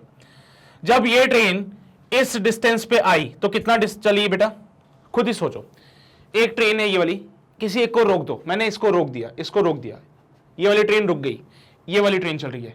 पहले चली चली चली चली चली चली चली चली, कितना चल रही, कितना चली? 50 मीटर चल लिया सर। क्रॉस कर लिया क्या? नहीं सर, क्रॉस नहीं हुआ। तो और कितना चलाएं? और चलाओ आगे, और चलाओ आगे, और चलाओ, और चलाओ, और चलाओ। कितना चले? 50 मीटर और चल लिए सर। क्या ट्रेन क्रॉस हो गई? हाँ सर, ट्रेन क्रॉस हो गई। तो बेटा अगर आपने इसको नाम दे देते हैं ट्रेन ए, ये ट्रेन बी। बेटा अगर आप ए और बी को क्रॉस करवाना चाहते हो तो किसी एक ट्रेन को रोक दो। एक ट्रेन को रोक दिया तो दूसरी ट्रेन आई, चली चली चली, इसको क्रॉस करना है, क्रॉस करना है। कितना चल चुके अभी तक? सर 50 मीटर चल लिया। हाँ सर। क्या ट्रेन ने क्रॉस किया? नहीं सर, क्रॉस नहीं हुआ। क्रॉस करने के लिए और चलाओ, और चलाओ, और चलाओ। कितना चलेंगे? और 50 मीटर और चलेंगे। उसका खुद का लेंथ जो था 50 मीटर का वो चलेंगे। पहले जो 50 मीटर चला वो ये वाली डिस्टेंस कवर करी, अब 50 मीटर खुद का लेंथ है उसको भी कवर करना पड़ेगा। पहले जो 50 मीटर चले हो वो ट्रेन ए का लेंथ था, समझ रहे हो? पहले जो 50 मीटर चले वो ट्रेन ए की लेंथ थी, तो बी ने कितना डिस्टेंस चला? 50 मीटर चला, पर क्रॉस नहीं किया। क्रॉस करने के लिए अभी इसको 50 मीटर और चलना पड़ेगा, क्योंकि इसकी खुद की लेंथ कितनी है बेटा? 50 मीटर है। इसकी खुद की लेंथ कितनी है? 50 मीटर है। थोड़ी देर के लिए इसको अलग कंसेप्ट से समझाता हूं मैं। मान लो एक ट्रेन है हमारे पास जो कि 60 मीटर्स लॉन्ग है। एक ट्रेन हमारे पास है जो कि 60 मीटर लॉन्ग है, और ये जा रही है बेटा वही 10 मीटर पर सेकंड से। एक और ट्रेन है बेटा जो कि 30 मीटर लॉन्ग है, और अब मुझे बताइए कि कितना टाइम लगेगा इसको क्रॉस करने में। तो पहली बात तो मैं ये देखता हूं कि वो चली कितनी है। पहली बात तो हमें ये चेक करना पड़ेगा कि जब ये ट्रेन एक दूसरे को क्रॉस करती है तो कितना डिस्टेंस चली। तो मैंने बोला यार ऐसे कॉन्सेप्ट समझने के लिए मैं किसी एक ट्रेन को ऑब्जर्वर बना देता हूं। ये रहा हमारा ऑब्जर्वर। तो बेटा जो ऑब्जर्वर होता है वो हमेशा रेस्ट पे सोचता है खुद को, है ना। जो भी ऑब्जर्वर होता है वो खुद को हमेशा रेस्ट पे मानता है। तो एक वाली ए ट्रेन को रोक दिया, अब इसके रेस्पेक्ट में इसका मोशन देखते हैं बेटा, ए के रेस्पेक्ट में बी का मोशन देखते हैं। सर बी वाली ट्रेन चल रही है, चल रही है, चल रही है, चल रही है, चल रही है, चल रही है, चल रही है। कितना चली? 60 मीटर चली सर। कितना चली? 60 मीटर चली। हाँ भाई, पहले इसने इस पूरी ट्रेन को कवर किया। अगली सिचुएशन में देखो ये ट्रेन इसके पैरेलल आ जाएगी। ये ट्रेन ए थी, ये ट्रेन बी यहां पे आ जाएगी ऐसे। कितना डिस्टेंस चला ट्रेन ए ने? ट्रेन ए ने चला पूरा सर 60 मीटर। मैं सिर्फ आगे इंजन की बात कर रहा हूं बेटा। भी फ्रंट में जो ट्रेन का इंजन होता है वो कितना डिस्टेंस चला है? 60 मीटर सर। ट्रेन का इंजन कितना चल गया? 60 मीटर। ये पहली वाली ट्रेन का इंजन यहां था, दूसरी वाली ट्रेन का इंजन यहां था। पर सर ये अभी ना क्रॉस नहीं किया इसने। अभी ये ट्रेन ने एक दूसरे को क्रॉस नहीं किया है। क्रॉस करने के लिए इसको और आगे चलना पड़ेगा। कितना? इसकी खुद की लेंथ। क्रॉस करने के लिए बेटा उसको और चलना पड़ेगा। कितना? उसकी खुद की लेंथ। ये तो ट्रेन ए हमने रोक दी थी। ये देखो बेटा ये वाली चीज कितना चले? 30 मीटर और चले ना बेटा, तो जाके क्रॉसिंग हो पाई ना। तो बताओ कितना डिस्टेंस चलना पड़ा? कितना डिस्टेंस चलना पड़ा? 60 मीटर प्लस 30 मीटर तो जाके प्रॉपर क्रॉसिंग हुई है ट्रेन की। दो ट्रेन थी बेटा, दो ट्रेन थी, एक दूसरे को क्रॉस करना शुरू किया उन्होंने, तो सबसे पहले दोनों के इंजन आसपास आए। इंजन के बाद ये वाली ट्रेन मैंने थोड़ी देर के लिए रोक दी क्योंकि इसको ऑब्जर्वर बना दिया। यहां पे देखा ये ट्रेन आगे बढ़ी, ऐसी सिचुएशन आई। अब इसको क्रॉस करना है तो वो और आगे चलेगी, कितना 30 मीटर। तो बेटा यहां पे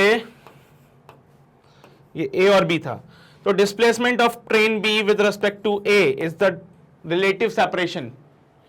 ठीक है, अगर यहां पे मैं डिस्प्लेसमेंट की बात करूं ट्रेन ए का विद रिस्पेक्ट टू बी या बी का विद रिस्पेक्ट टू ए, तो आप डिफाइन कर सकते हो it will be your S B minus S A.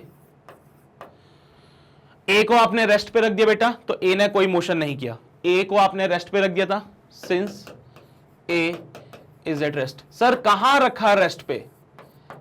ए तो मूव कर रही थी। अरे मेरे बच्चे, ए को ऑब्जर्वर मान लिया है, अगर ए ऑब्जर्वर है तो खुद को रेस्ट पे मानेगा, तो it will be your S B which is 60 plus का 30, इट कम्स आउट बी 90।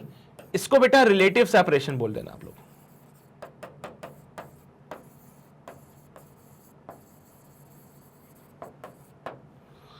इसको क्या बोलेंगे हम लोग? रिलेटिव सेपरेशन कह लेंगे, उसके बेसिस पे इसको हम डिफाइन कर सकते हैं। ठीक है, इसको हमने क्या कर लिया, रिलेटिव सेपरेशन ले लिया है, तो हमने रिलेटिव सेपरेशन बोला कितना, 60 प्लस 30 90 होता है। सेम कहानी यहां चलेगी बेटा, जब ये एक दूसरे को क्रॉस कर देंगे तो बताओ कितना डिस्टेंस चले, ये 50 मीटर, ये भी 50 मीटर, तो टोटल डिस्टेंस जो चले हैं बेटा, रिलेटिव सेपरेशन यहां पे कितनी होगी दोनों के बीच में, 50 प्लस 50 100 मीटर की। तो बेटा यहां पे रिलेटिव सेपरेशन कितना हो जाएगा, 100 मीटर्स का। कहां से आया, 50 प्लस 50 करने से हमें मिल गया 100 मीटर। बेटा दोनों ट्रेन की वेलोसिटी अपोजिट डायरेक्शन में है, तो यहां पे रिलेटिव वेलोसिटी जो आ जाएगी वो क्या होगा, 10 प्लस 15 करना पड़ेगा मेरे बच्चे, क्या 25 मीटर पर सेकेंड हो जाएगा वो? सोचो जरा, दोनों की वेलोसिटी इज अपोजिट डायरेक्शन में, और हम जानते हैं अगर अपोजिट डायरेक्शन में वेलोसिटी होती है तो वो ऐड होती है, तो रिलेटिव वेलोसिटी 25 हो गया। अब बेटा यहां पे कोई एक्सेलरेशन नहीं है, एक्सेलरेशन नहीं है तो आप जानते हो कि डिस्टेंस को या फिर डिस्प्लेसमेंट को जो आप लिखते हो, it can be written as speed into time या फिर वेलोसिटी इनटू टाइम, जो आप लोग को लिखना है लिख लीजिए बेटा। तो यहां पे S relative is equals to V relative into time. S relative है 100, वी रिलेटिव है 25 इनटू टाइम टी। टाइम जो हो जाएगा वो होगा 4 सेकेंड्स का। टाइम कितना हो जाएगा, 4 सेकंड का। तो ये ट्रेन्स एक दूसरे को क्रॉस करने में कितना टाइम लगाएंगी, 4 सेकंड्स का टाइम लगाएगी। ये ट्रेन्स एक दूसरे को क्रॉस करने में कितना टाइम लगाएगी, 4 सेकंड का टाइम लगाएगी सर ये ट्रेन्स एक दूसरे को क्रॉस करने में। कोई समस्या तो नहीं है ना? हमेशा कॉन्सेप्ट ध्यान रखना, ट्रेन का हो या ऐसे कोई कॉन्सेप्ट है उनमें रिलेटिव सेपरेशन क्या होता है, दोनों ट्रेन्स के लेंथ को ऐड कर देना, that is the relative separation. क्यों करते हैं हम लोग ऐसा, मैंने बता दिया है कि पहले तो ये ट्रेन जो है आती है आगे, कितना 50 मीटर कवर किया उसने, फिर क्रॉस करने के लिए इसको पूरा इसको खत्म करना है तो और आगे जाना पड़ेगा, और आगे कितना चले, 50 मीटर और आगे चले, क्योंकि उसका खुद का लेंथ 50 मीटर था। 50 प्लस 50 100 होता है, तो रिलेटिव सेपरेशन यहाँ पे 100 हो जाएगा। दोनों की वेलोसिटी देखिए अपोजिट डायरेक्शन में, इसलिए रिलेटिव वेलोसिटी ऐड हो गई है। मैंने क्या बोला था, सेम डायरेक्शन में चलती है तो माइनस होती है, अपोजिट डायरेक्शन में ऐड होती है। अपार्ट फ्रॉम दिस मैंने फिर वही अपने जो भी इक्वेशंस ऑफ मोशन है सब लगा सकते हो रिलेटिव मोशन के लिए, जो हमारे नॉर्मल से फॉर्मूले होते हैं distance equals to speed into time का, वो भी लगा सकते हो रिलेटिव मोशन में। तो रिलेटिव मोशन में कोई मना नहीं है आपको, आप चाहो तो ये सारी बातें यूज कर सकते हो। ठीक है, तो इसको नोट कर लीजिए, सवाल हो गया हमारा कंप्लीट। सर अगर यही दोनों ट्रेनें सेम डायरेक्शन में जाती तो बेटा यहां पे आप इसको माइनस करते। सर अगर मान लीजिए दोनों ट्रेनें सेम डायरेक्शन में होती तो यहां पे आप 15 माइनस 10 करके 5 लिखते हैं यहां पे, तो आंसर आपका कुछ और होता फिर। ठीक है, रिलेटिव सेपरेशन का फंडा वही है बेटा, भले ट्रेन अपोजिट डायरेक्शन में जाए या सेम डायरेक्शन में जाए, रिलेटिव मोशन और रिलेटिव सेपरेशन तो ऐसे ही लिखना है आपको। ठीक है, रिलेटिव सेपरेशन तो आप ऐसे ही लिखोगे, भले ट्रेन अपोजिट डायरेक्शन में जाए या फिर सेम डायरेक्शन में जाए, चेंज कहां होगा, रिलेटिव वेलोसिटी में। अपोजिट डायरेक्शंस में जा रही थी ट्रेन, इसलिए रिलेटिव वेलोसिटी ऐड कर दी। तभी तो आपने देखा होगा ट्रेन से जब दूसरी ट्रेन को देखते हैं तो क्या होता है, बहुत स्पीड में दिखती है वो ट्रेन हमें। क्यों? क्योंकि उस टाइम पे उसकी स्पीड हमें हमारी से ज्यादा, कितनी ज्यादा लगती है, उसकी भी ऐड कर दो आप उसमें। ठीक है, ये वाला आंसर लिख लिया सभी ने? नोट कर लो यार जल्दी से। कर लिया नोट सभी ने? बढ़े आगे आगे आगे आगे। ये सारी बातें लिखनी की देख लो, तुम्हारी इच्छा श्रद्धा, लिखना है तो लिख लो यार, बाकी तो क्या ही बोलो उसमें। हो गया? चलो भाई बहुत बढ़िया। अब आगे बढ़ते हैं, अगला सवाल। अगेन एक नया कॉन्सेप्ट सिखाने जा रहा हूं। यहां पे आप थोड़ा सा घबरा जाएंगे तो घबराइएगा मत, ठीक है। क्वेश्चन क्या बोलता है ध्यान से देखिएगा। A boat takes 4 second in crossing some distance in the downstream. Downstream मतलब जिस डायरेक्शन में नदी बह रही है वो डाउनस्ट्रीम होता है बेटा। And take 6 seconds in upstream. Upstream मतलब नदी के डायरेक्शन के अपोजिट डायरेक्शन में अगर आप तैरते हो, बोट चलाते हो, तो वो अपस्ट्रीम होता है बेटा।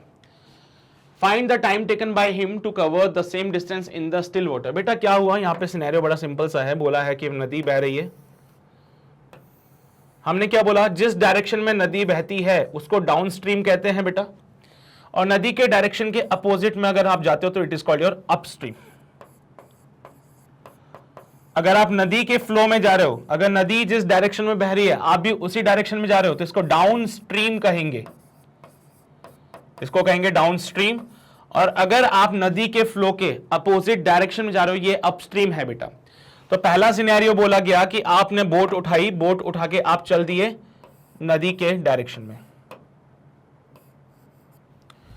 तो आपने कुछ डिस्टेंस ट्रेवल किया। मान लीजिए यहां से लेके यहां तक का x डिस्टेंस था जो आप कवर कर रहे हो। तो जब आप नदी के डायरेक्शन में जा रहे थे तो आपको ये डिस्टेंस कवर करने में लगा टाइम 4 सेकंड्स का। तो जब आप ऐसे जा रहे थे तो आपको टाइम लगा 4 सेकंड्स का। अब आप यहां पहुंच गए, अब आपने फिर से क्या किया, अपोजिट डायरेक्शन में चलना शुरू किया बोट लेके इधर। फिर से आपने बेटा सेम डिस्टेंस ट्रेवल किया है यहां पे,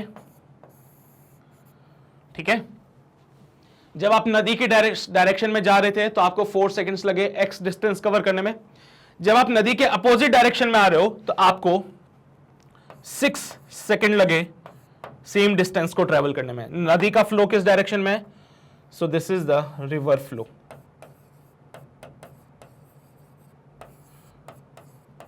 it is your velocity of river, ठीक है। तो जिस डायरेक्शन में रिवर फ्लो हो रही है, रिवर की वेलोसिटी वही लेंगे। This is the velocity of the boat, है ना। चलो भाई बहुत अच्छी बात है, पानी में बोट चल रही है तो दिस इज द वेलोसिटी। यहां पे ध्यान से सुनिएगा एक बात को बेटा, जब डाउन स्ट्रीम की हम बात करते हैं, देखो यहां पे आप समझते हैं कि सर अगर ये बोट की वेलोसिटी होगी और ये रिवर की वेलोसिटी है तो सेम डायरेक्शन में रिलेटिव वेलोसिटी को माइनस कर दोगे आप लोग, है ना। ऐसा तो सोच रहे हो ना तुम लोग, है ना। सर देखो बोट की वेलोसिटी भी उसी डायरेक्शन में जहां पे रिवर की वेलोसिटी। तो पहले वाले केस को जब आप लिखेंगे, केस फर्स्ट डाउन स्ट्रीम को, तो डाउन स्ट्रीम के लिए जब हम सारी बातें लिखते हैं बेटा, तो यहां पे जो सेपरेशन होता है वो x हो जाता है। रिलेटिव वेलोसिटी जो होगी बेटा, यहां पे क्या होगा, बोट की वेलोसिटी प्लस रिवर की वेलोसिटी की माइनस करूं। बताओ जरा मुझे, क्या ये मैंने गलत लिखा कि सही लिखा? सर डाउन स्ट्रीम मतलब रिवर भी इस डायरेक्शन में, रिवर की वेलोसिटी भी इधर, बोट की वेलोसिटी भी इधर, माइनस होना चाहिए था ना सर, ये तो है ना। अरे रिवर की डायरेक्शन भी इधर, रिवर की वेलोसिटी भी इधर, बोट की वेलोसिटी भी इधर, दोनों सेम डायरेक्शन में वेलोसिटी है, माइनस होता है। आपने प्लस क्यों किया? इसका कॉन्सेप्ट हम समझते हैं साइकिल चलाने से। मान लो तुम्हारा ऐसे मन कर गया कि भाई आज मैं साइकिल चलाऊंगा और बाहर बहुत तेज हवा चल रही है।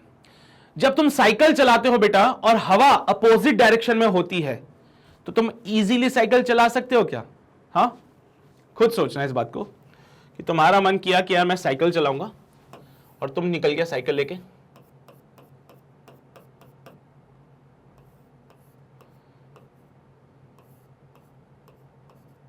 ठीक है, जो भी है समझ लेना बस। हाँ, तुम साइकिल लेके निकल लिए, तुम चल रहे थे इधर की तरफ, ठीक है, और जो विंड है बेटा वो हवा इस डायरेक्शन में चल रही है। विंड इस डायरेक्शन में है, तुम इस डायरेक्शन जा रहे हो, तुम साइकिल इजीली चला पाओगे या तुम्हारी साइकिल की स्पीड ज्यादा इंक्रीज हो जाएगी क्या? यहां पे बोलो, इस केस में तुम्हारी जो साइकिल की स्पीड होगी, मान लीजिए वो v है और विंड की स्पीड हो जाएगी vw। बताओ भाई आपकी साइकिल की जो स्पीड होगी वो कैसी होगी, मतलब v प्लस vw करूं या फिर कम हो जाएगी? बताओ, मुझे ऐसे नॉर्मली पूछ रहा हूं कि जो तुम्हारी साइकिल की जो स्पीड होगी वो क्या हो जाएगी, इंक्रीज होगी या डिक्रीज होगी? खुद ही बताना मुझे। ऐसे केस में तुम्हारी साइकिल की जो स्पीड होगी वो इंक्रीज होगी कि डिक्रीज होगी? तुम्हारे साइकिल की स्पीड ज्यादा होगी या कम होगी इस केस में? सर हमारी साइकिल की जो वेलोसिटी होगी वो डिक्रीज हो जाएगी इस केस में, क्योंकि विंड अपोजिट डायरेक्शन में है। लेकिन वही साइकिल लेके अगर मैं चला चाहूं और विंड जो है वो मुझे सपोर्ट कर दे, है ना, विंड भी इसी डायरेक्शन में फ्लो कर रही है, मैं साइकिल से इसी डायरेक्शन में जा रहा हूं, तो बताओ मेरी वेलोसिटी इंक्रीज होगी कि नहीं होगी? खुद में तुमने एक्सपीरियंस किया होगा ये सारी बातें कि जिस डायरेक्शन में हवा चल रही है उस डायरेक्शन में अगर मैं साइकिल चलाऊं तो मुझे बड़ा आराम मिलता है साइकिल चलाने में, कोई दिक्कत नहीं आती।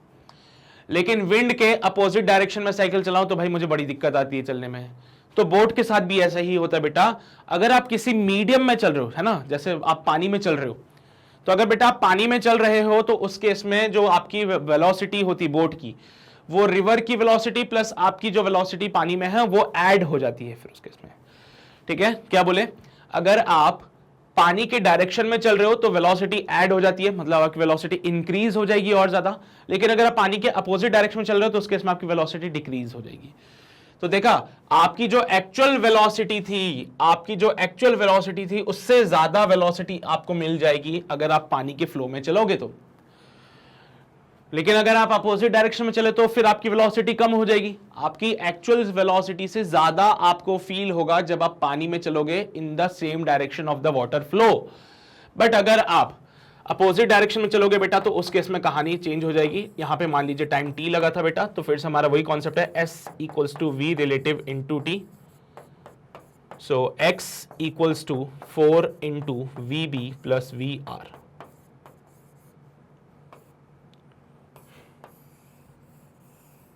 Equation number first. अगले पेज पे अब मैं अपस्ट्रीम के लिए सॉल्व करने जा रहा हूं। अपस्ट्रीम के लिए जब हम इसको सॉल्व करेंगे तो कैसे लिखेंगे? Case two upstream, case two upstream, case two upstream. बेटा अपस्ट्रीम का केस अगर हम कंसीडर करें तो उसमें क्या होगा? सर आज भी हमने उतना ही डिस्टेंस ट्रेवल किया है, टाइम हमें 6 सेकेंड्स लग गया, और जो हमारी रिलेटिव वेलोसिटी थी वो डिक्रीज हो गई, इसलिए तो टाइम ज्यादा लगा हमें। हमारी जो रिलेटिव वेलोसिटी थी वो डिक्रीज हो गई, यहां पे हमारी वेलोसिटी जो थी वो हमारी एक्चुअल वेलोसिटी से कम हो गई, तभी तो ज्यादा टाइम लगा। सेम डिस्टेंस ट्रेवल किया हमने, सेम डिस्टेंस हम ट्रेवल कर रहे थे 4 सेकेंड में जब हम पानी के फ्लो में चल रहे थे तो। लेकिन वही अगर पानी के फ्लो के अपोजिट में हम जाएं तो हमें टाइम ज्यादा लगेगा फिर, है ना भाई? सही बात है ना? ये बात तुम भी एक्सपीरियंस कर सकते हो। तुमने देखा होगा कि कहीं पे अगर पानी का फ्लो होता है और तुम उस फ्लो के अपोजिट डायरेक्शन में चलते हो तो तुम्हारे को चलने में दिक्कत आती थोड़ी सी। लेकिन वहीं पे अगर पानी इस तरफ फ्लो हो रहा है और उसमें मैं चलूं तो बहुत सपोर्ट मिलता है। चल के देखना, कभी कभी कहीं पे जाओ, थोड़ा बहुत पानी बह रहा हो वहां पे, तो वहां ये चीज करके देख सकते हो आप लोग। ठीक है, तो यहाँ पे भी ये सब हो रहा है। तो बेटा इसके लिए भी वही कहानी लगाई हमने, S equals to V relative into time करके। एस की जगह पे एक्स लिख दिया, वी रिलेटिव की जगह वी बी माइनस का वी आर लिख दिया मैंने, और इनटू टाइम यहां पे 6 का हो जाएगा बेटा। This is your second equation.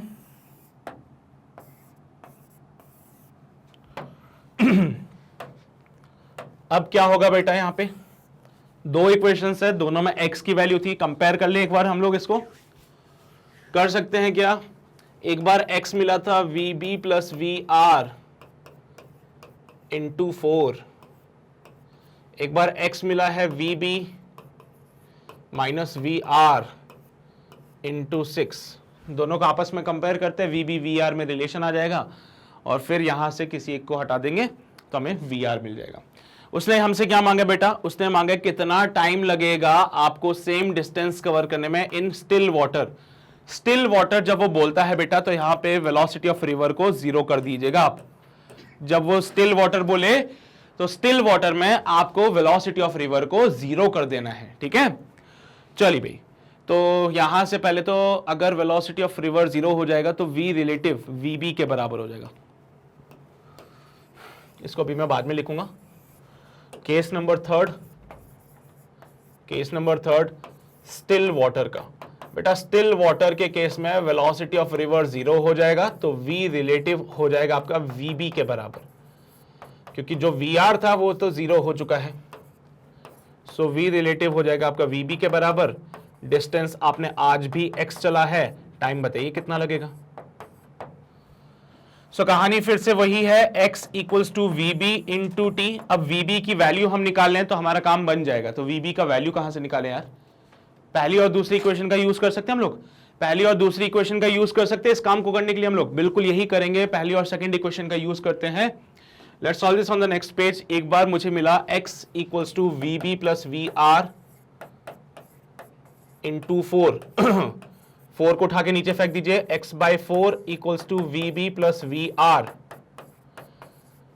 ठीक है, एक बार मिला था x equals to V B minus V R into 6, तो यहां से मिलेगा x by 6 equals to V B minus का वी आर।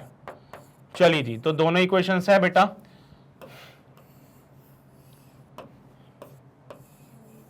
इनको प्लस कर दिया जाए आपस में। इनको आपस में प्लस करने से बेटा आप देख रहे हो वी आर मर जाएगा, तो मैं क्या कर रहा हूं, इन दोनों इक्वेशंस को करता हूं प्लस। तो प्लस करने पे x by 4 plus x by 6 equals to V B plus V R plus V B minus V R. तो भाई वी आर से वी आर मर गया, मैं भी यही चाहता था।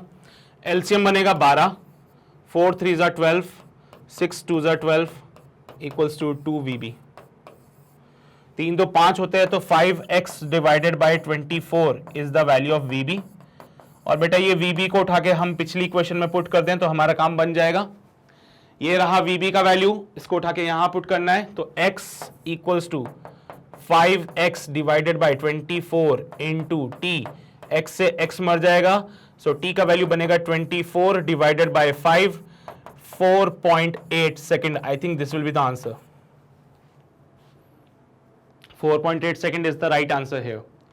समझ तो आता है आप सभी को, तो 4.8 सेकेंड मिल रहा है थर्ड ऑप्शन में, यही करेक्ट आंसर है बेटा। अगर यहीं पे आपको एक सवाल और एस्केलेटर पे देता है वो, तो अगर आप एस्केलेटर पे चल रहे हो बेटा, क्योंकि एस्केलेटर की टेंडेंसी तुम्हें पता है, एस्केलेटर खुद ऊपर चलता है, और अगर एस्केलेटर पे आप भी खुद से चल रहे हो, ये velocity of man, velocity of escalator, तो उस केस में रिलेटिव वेलोसिटी हो जाता है बेटा velocity of man plus velocity of escalator.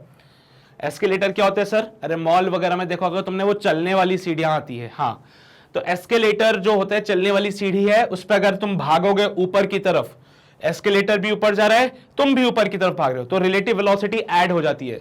लेकिन अगर तुम लोग अपोजिट डायरेक्शन में भाग रहे हो, वी एम डैश, अगर तुम लोग एस्केलेटर के अपोजिट डायरेक्शन में भाग रहे हो, तो यहां पे बेटा रिलेटिव वेलोसिटी चेंज हो जाएगी। It will be your V M dash minus का वी आर, या सॉरी वी ई। समझ रहे हो बात को? तो एस्केलेटर का सवाल भी आता है, प्रीवियस ईयर क्वेश्चन है, ये पूछा जा चुका है एस्केलेटर को लेके, तो एक बार देख लीजिएगा आप लोग, ठीक है। तो रिवर में डाउनस्ट्रीम जाओगे तो भाई नदी के फ्लो में जा रहे हो तो वेलोसिटी ऐड होगी, अपस्ट्रीम जाओगे नदी के अपोजिट डायरेक्शन में जा रहे हो तो वेलोसिटी माइनस हो जाती है। एस्केलेटर में in the direction of escalator जा रहे हो तो वेलोसिटी ऐड हो जाएगी, opposite to the direction of escalator जा रहे हो वेलोसिटी माइनस हो जाएगी। साइकिल चलाते टाइम पे अगर तुम लोग विंड की डायरेक्शन में जा रहे हो तो वेलोसिटी ऐड हो जाएगी, opposite to the direction of wind जा रहे हो तो वेलोसिटी माइनस हो जाएगी। तो v रिलेटिव यहाँ पे v माइनस का vw हो जाएगा, v रिलेटिव यहाँ पे v प्लस vw हो जाएगा। v इज द साइकिल की velocity, vw is the velocity of wind. इस बात का ध्यान रखना।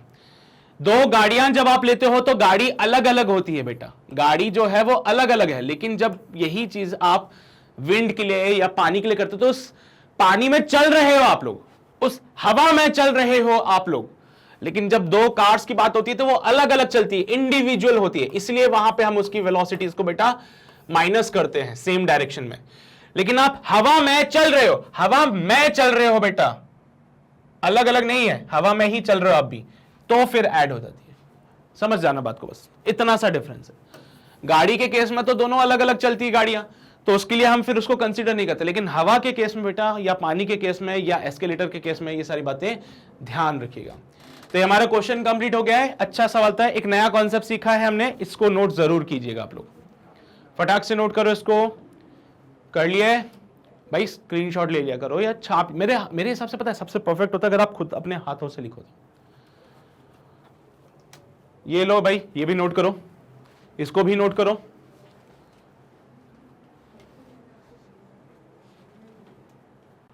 हो गया भी, ये भी नोट कर लो यार, ये तो फाइनल आंसर है, यहीं से तो आएगा अपना आंसर, इसको भी नोट कर लेना। हो गया, एंड सॉल्विंग करने के बाद हमारा आंसर आ गया था 4.8 सेकेंड, राइट। चलो भाई बहुत बढ़िया, ये एक्स्ट्रा ज्ञान है, एक्स्ट्रा ज्ञान है, नोट करना है, कर लो भाई नोट, इसको भी एक्स्ट्रा ज्ञान नोट किया। चलो भाई बहुत बढ़िया, अब आगे बढ़ते हैं। अगला सवाल, two cars are moving in the same direction with the speed of 30 kilometer per hour, they are separated by 5 kilometer. What is the speed of a car moving in the opposite direction if it meets the two car at an interval of 4 minutes? भाई दो गाड़ियां हैं जो कि एक ही direction में चल रही with the same speed having the 30 kilometer per hour, they are separated by 5 kilometer. तो सबसे पहले हम कार्स बना लेते हैं, कार्स बना लेते हैं, पहली कार है ना, ये कार है, ये दूसरी कार है,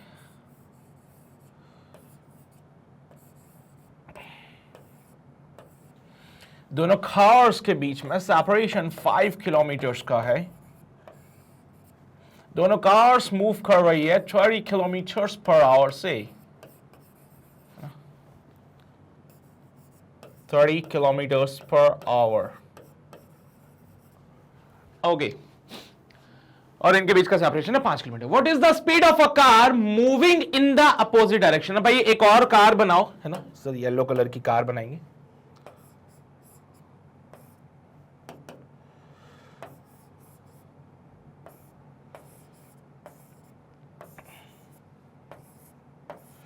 जो कि अपोजिट डायरेक्शन में मूव कर रही है, इसकी वेलोसिटी बतानी है मेरे को। एक कार जो कि अपोजिट डायरेक्शन में मूव कर रही है, उसकी वेलोसिटी बतानी है मुझे। What is the speed of a car moving in the opposite direction if it meets the two car eight an interval of 4 minute? पहली गाड़ी से मिल ली, पहली गाड़ी से मिल ली ना, ये मिल गए ना दोनों कार्स आपस में। अब 4 मिनट के बाद, 4 मिनट के बाद ये गाड़ी दूसरी कार से जाके मिलेगी, मतलब कि 5 किलोमीटर का जो डिस्टेंस है, ये भी मूव कर रही है, ये भी मूव कर रही है, ये भी मूव कर रही है, ये भी मूव कर रही है। डिस्टेंस कितना इनके बीच में? 5 किलोमीटर का। कितना टाइम लगा कवर करने में? 4 मिनट का लगा। इन दोनों के बीच का सेपरेशन, क्या इसको रिलेटिव सेपरेशन बोल दूं? हां सर। देखो भाई, ट्रेन तो है नहीं कि इनकी लेंथ को कंसीडर करे, कार की लेंथ नेग्लिजिबल कंसीडर कर लो भाई। 5 किलोमीटर के रेस्पेक्ट में गाड़ी की जो लेंथ होती है वो नेग्लिजिबल है, उसको कंसीडर मत करो। बट बताओ, क्या दोनों कार्स के बीच का सेपरेशन 5 किलोमीटर का है? तो मैंने बोला भाई यहां पे जो रिलेटिव सेपरेशन हो जाएगा, it will be of 5 kilometres. क्या बात है सर। टाइम कितना लग रहा है? 4 मिनट का लग रहा है। देखो भाई ऑप्शंस चेक करें, ऑप्शन से per hour, per hour, per hour और पर आवर की फीलिंग आ रही है, तो इसको भी आवर्स में कन्वर्ट करते हैं। इट विल बी 4/60 और 15 4 60 होता है, तो 1/15 और ठीक है सर। यहां पे इन दोनों कार्स की, देखो इससे तो कोई लेना देना नहीं है, इससे लेना देना है और इससे लेना देना है। इन दोनों कार्स की वेलोसिटी अपोजिट डायरेक्शन में है, इन दोनों कार्स की वेलोसिटी अपोजिट डायरेक्शन में, तो relative velocity given by v + 30। क्या बात है सर, मजा ही आ गया। दोनों कार्स की वेलोसिटी अपोजिट डायरेक्शन में थी, तो रिलेटिव वेलोसिटी आ गई v + 30। वेलोसिटी भी है, टाइम भी है, डिस्प्लेसमेंट भी है। अब तो भाई साहब आंसर आएगा सीधा। So s relative is equals to v relative. देखो टाइम कभी रिलेटिव नहीं होता भाई, है ना। 5 kilometer equals to v + 30 into 1/15। 15 5 75 equals to v + 30। So v equals to 75 minus का 30। ओहो हो 45 मिल रहा है, यानी कि वेलोसिटी ऑफ द कार थी 45 किलोमीटर्स पर आवर। वो जो गाड़ी अपोजिट डायरेक्शन में जा रही थी उसकी वेलोसिटी स्पीड कितनी थी? 45 kilometre per our. 1D motion है, वेलोसिटी बोलो स्पीड बोलो एक ही बात है, 45 किलोमीटर्स पर आवर। समझते हो बात को? बहुत ज्यादा टफ नहीं है यार, सिंपल सिंपल सी बात है, कोई रॉकेट साइंस तो है नहीं इसमें। छाप लो इसको जल्दी से। हाँ हाँ जी, नोट कर लीजिए बिल्कुल। इसको सोच क्या रहे हो, नोट कर लो इसको जल्दी से। समझ तो आया ना तुम लोगों को? नोट किया, समझ तो आ रहा है ना क्या हुआ यहां पे? ये गाड़ी थी, इससे मिल चुकी है, इससे मिल चुकी मतलब ओवरटेक कर लिया इन्होंने एक दूसरे को, है ना? अभी ऐसे तो होता है ओवरटेक करते हैं, ये गाड़ी इधर से आ रही है, ये गाड़ी इधर से, ये मिल गई गाड़ियां दोनों आपस में। अगली गाड़ी से मिलेगा 4 मिनट के बाद। डिस्टेंस है 5 किलोमीटर का, ये v स्पीड से जा रहा है, ये 30 से जा रहा है। इनकी रिलेटिव वेलोसिटी v+30 हो जाएगी, बिकॉज अपोजिट डायरेक्शन में है दोनों, तो ऐड होती है, ठीक है। उसके बाद बस कैलकुलेशन वाला पार्ट है। कार की स्पीड निकाली, वो आ रही है 45 किलोमीटर पर आवर। बढ़े आगे, अगला सवाल। 3 persons P, Q and R of the same mass travel with same speed u along an equilateral triangle of side D such that each one face the other always. After how much time will they meet each other? बहुत ही शानदार सवाल। मैं थोड़ा सा इसको diagram को consider कर लेता हूं। चलो भाई, सभी लोग गौर फरमाएंगे यहां पे।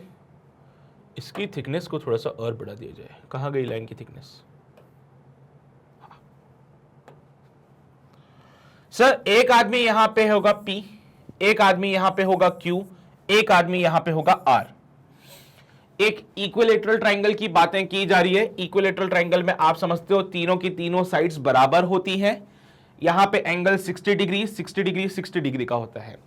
टेंडेंसी ये है कि यहां पे जो साइड है वो D दे दी है, साइड यहां पे D दे दी है और साइड यहां पे D दे दी है। P जो है हमेशा Q की तरफ जाना चाहता है।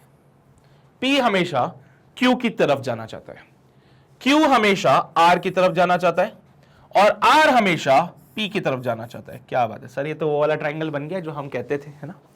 हाँ, अच्छा। सो सर ये इसके पास जाना चाहता है, ये इसके पास जाना चाहता है, ये इसके पास जाना चाहता है, ठीक है? हाँ सर, बहुत बढ़िया।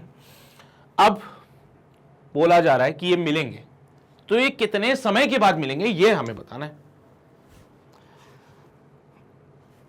ऐसा कभी होता नहीं है वैसे कोई दो ही मिल पाएंगे, तीसरा नहीं मिलता, लेकिन हमारे फिजिक्स में तीनों मिलते हैं बेटा। जरा इसका डायग्राम गौर फरमा के देखिएगा सभी लोग। जैसे P Q की तरफ गया, अब R कहां जाएगा? इधर जाएगा या इधर जाएगा? सोच के बताना। P जैसे Q की तरफ गया, अभी P का पोजीशन क्या हो जाएगा बेटा? जैसे P Q की तरफ गया, P पहुंच गया यहां पे। अब R की टेंडेंसी कि वो हमेशा P की तरफ जाएगा, तो R ऐसे जाएगा कि वो अब R ऐसे जाएगा। बताओ, सोच के देखना। जैसे P Q की तरफ बढ़ा तो मान लो P यहां पहुंच गया। जैसे P यहां पहुंचा, R ने देखा कि P यहां नहीं रहा, इधर आ चुका है, तो R इस तरफ जाने लगा। R इधर जा रहा था, यहां पे पहुंचा कहीं पे R, तो Q ने देखा कि अब R यहां नहीं है, यहां पहुंच गया है, तो Q की टेंडेंसी भी क्या होगी कि मैं जाऊंगा R के पास। Q को यहां देख के P फिर से घबराया। P ने बोला भैया कुछ भी हो जाए मैं तो Q की तरफ ही जाऊंगा। P यहां पे पहुंच गया। P को देख के R फिर से बोला मैं हमेशा P की तरफ ही जाऊंगा, तो वो लो इधर चला गया ऐसे।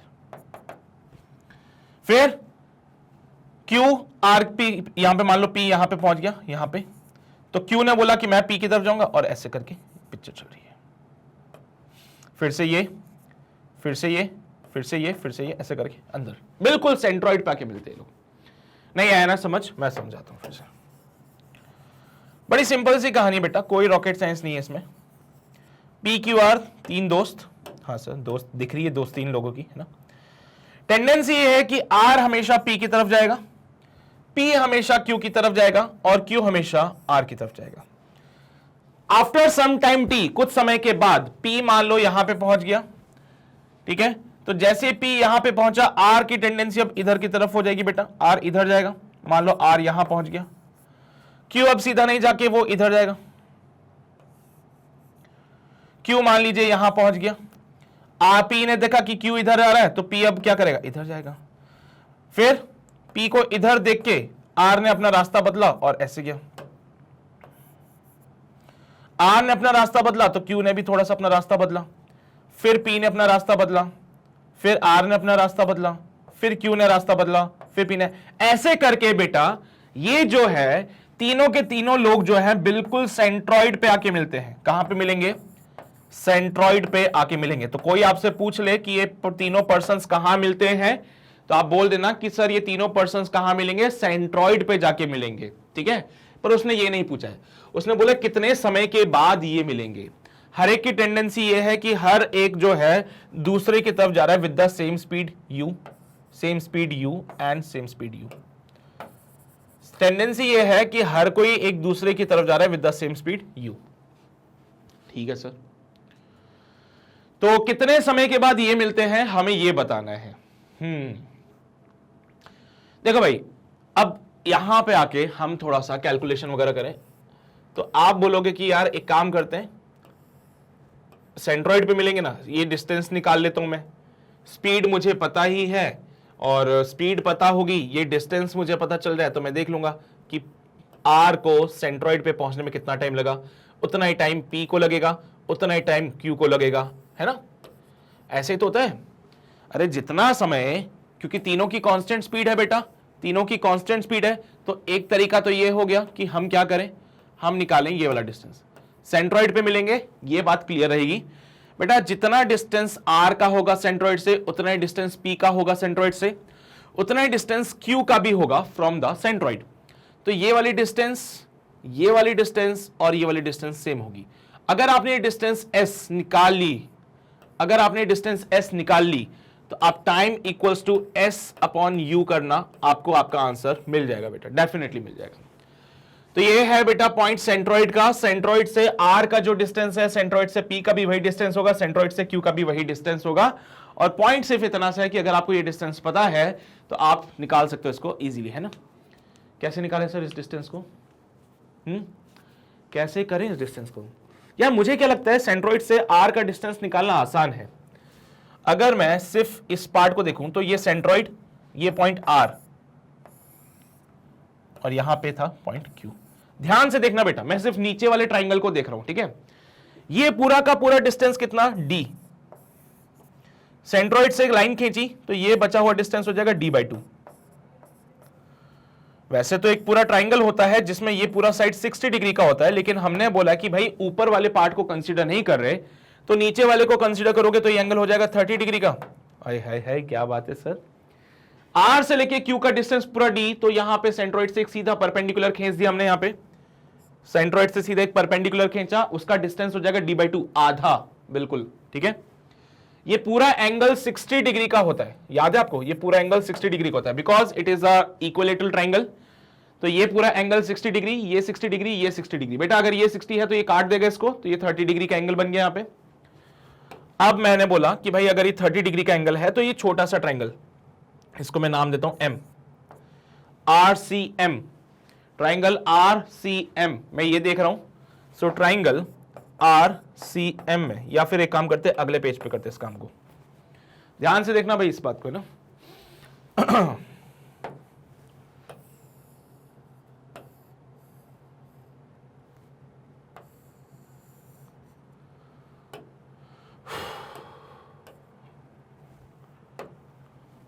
ये पूरा 60 डिग्री का था, यहां पे बीच में था सेंट्रॉइड, सेंट्रॉइड के लिए एक लाइन खींच देता हूं मैं ताकि काम आसान हो जाए अपना।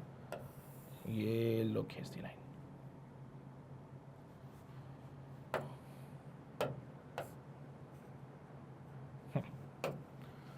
ये पूरा 60 डिग्री का एंगल, ये वाला 30 डिग्री का एंगल, ठीक है।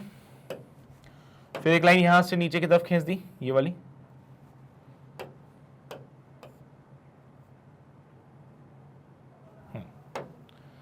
ये डिस्टेंस है d/2, ये डिस्टेंस s मुझे निकालनी है। तो मैं फॉर्मूला लगा देता हूं sin 30 का कि cos 30 का, cos 30 का लगाएंगे। फॉर्मूला लगाया, cos 30 degree equals to base upon hypotenuse. Base कितना है, d/2, हाइपोटेन्यूस कितना है, s। cos 30 कितना होता है, √3/2। cos 30 कितना होता है, √3/2 इक्वल्स टू d/2s।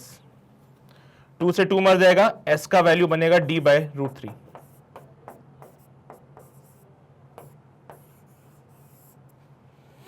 s का वैल्यू बन जाएगा d/√3। सही है, सही है सर। तो यहां से सेंट्रॉइड तक P से लेके, या फिर यहां पे कौन था, जो भी था, R था ना यहां पे, हाँ, R से सेंट्रॉइड तक का जो डिस्टेंस आ रहा है इट्स d/√3। अब ये जो R वाला पर्सन था, इसको सेंट्रॉइड तक जाने में कितना टाइम लगा?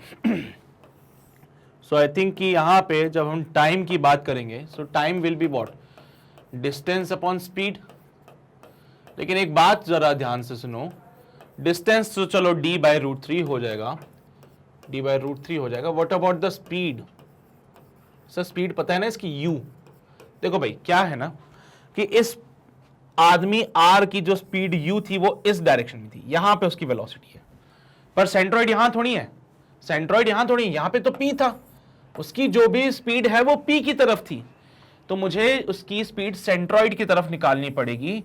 तो क्या बेटा मैं उसका कंपोनेंट नहीं ले लूं इधर की तरफ? खुद ही सोचो, क्या उसका मैं कंपोनेंट लेके सॉल्व करूं तो सही रहेगा?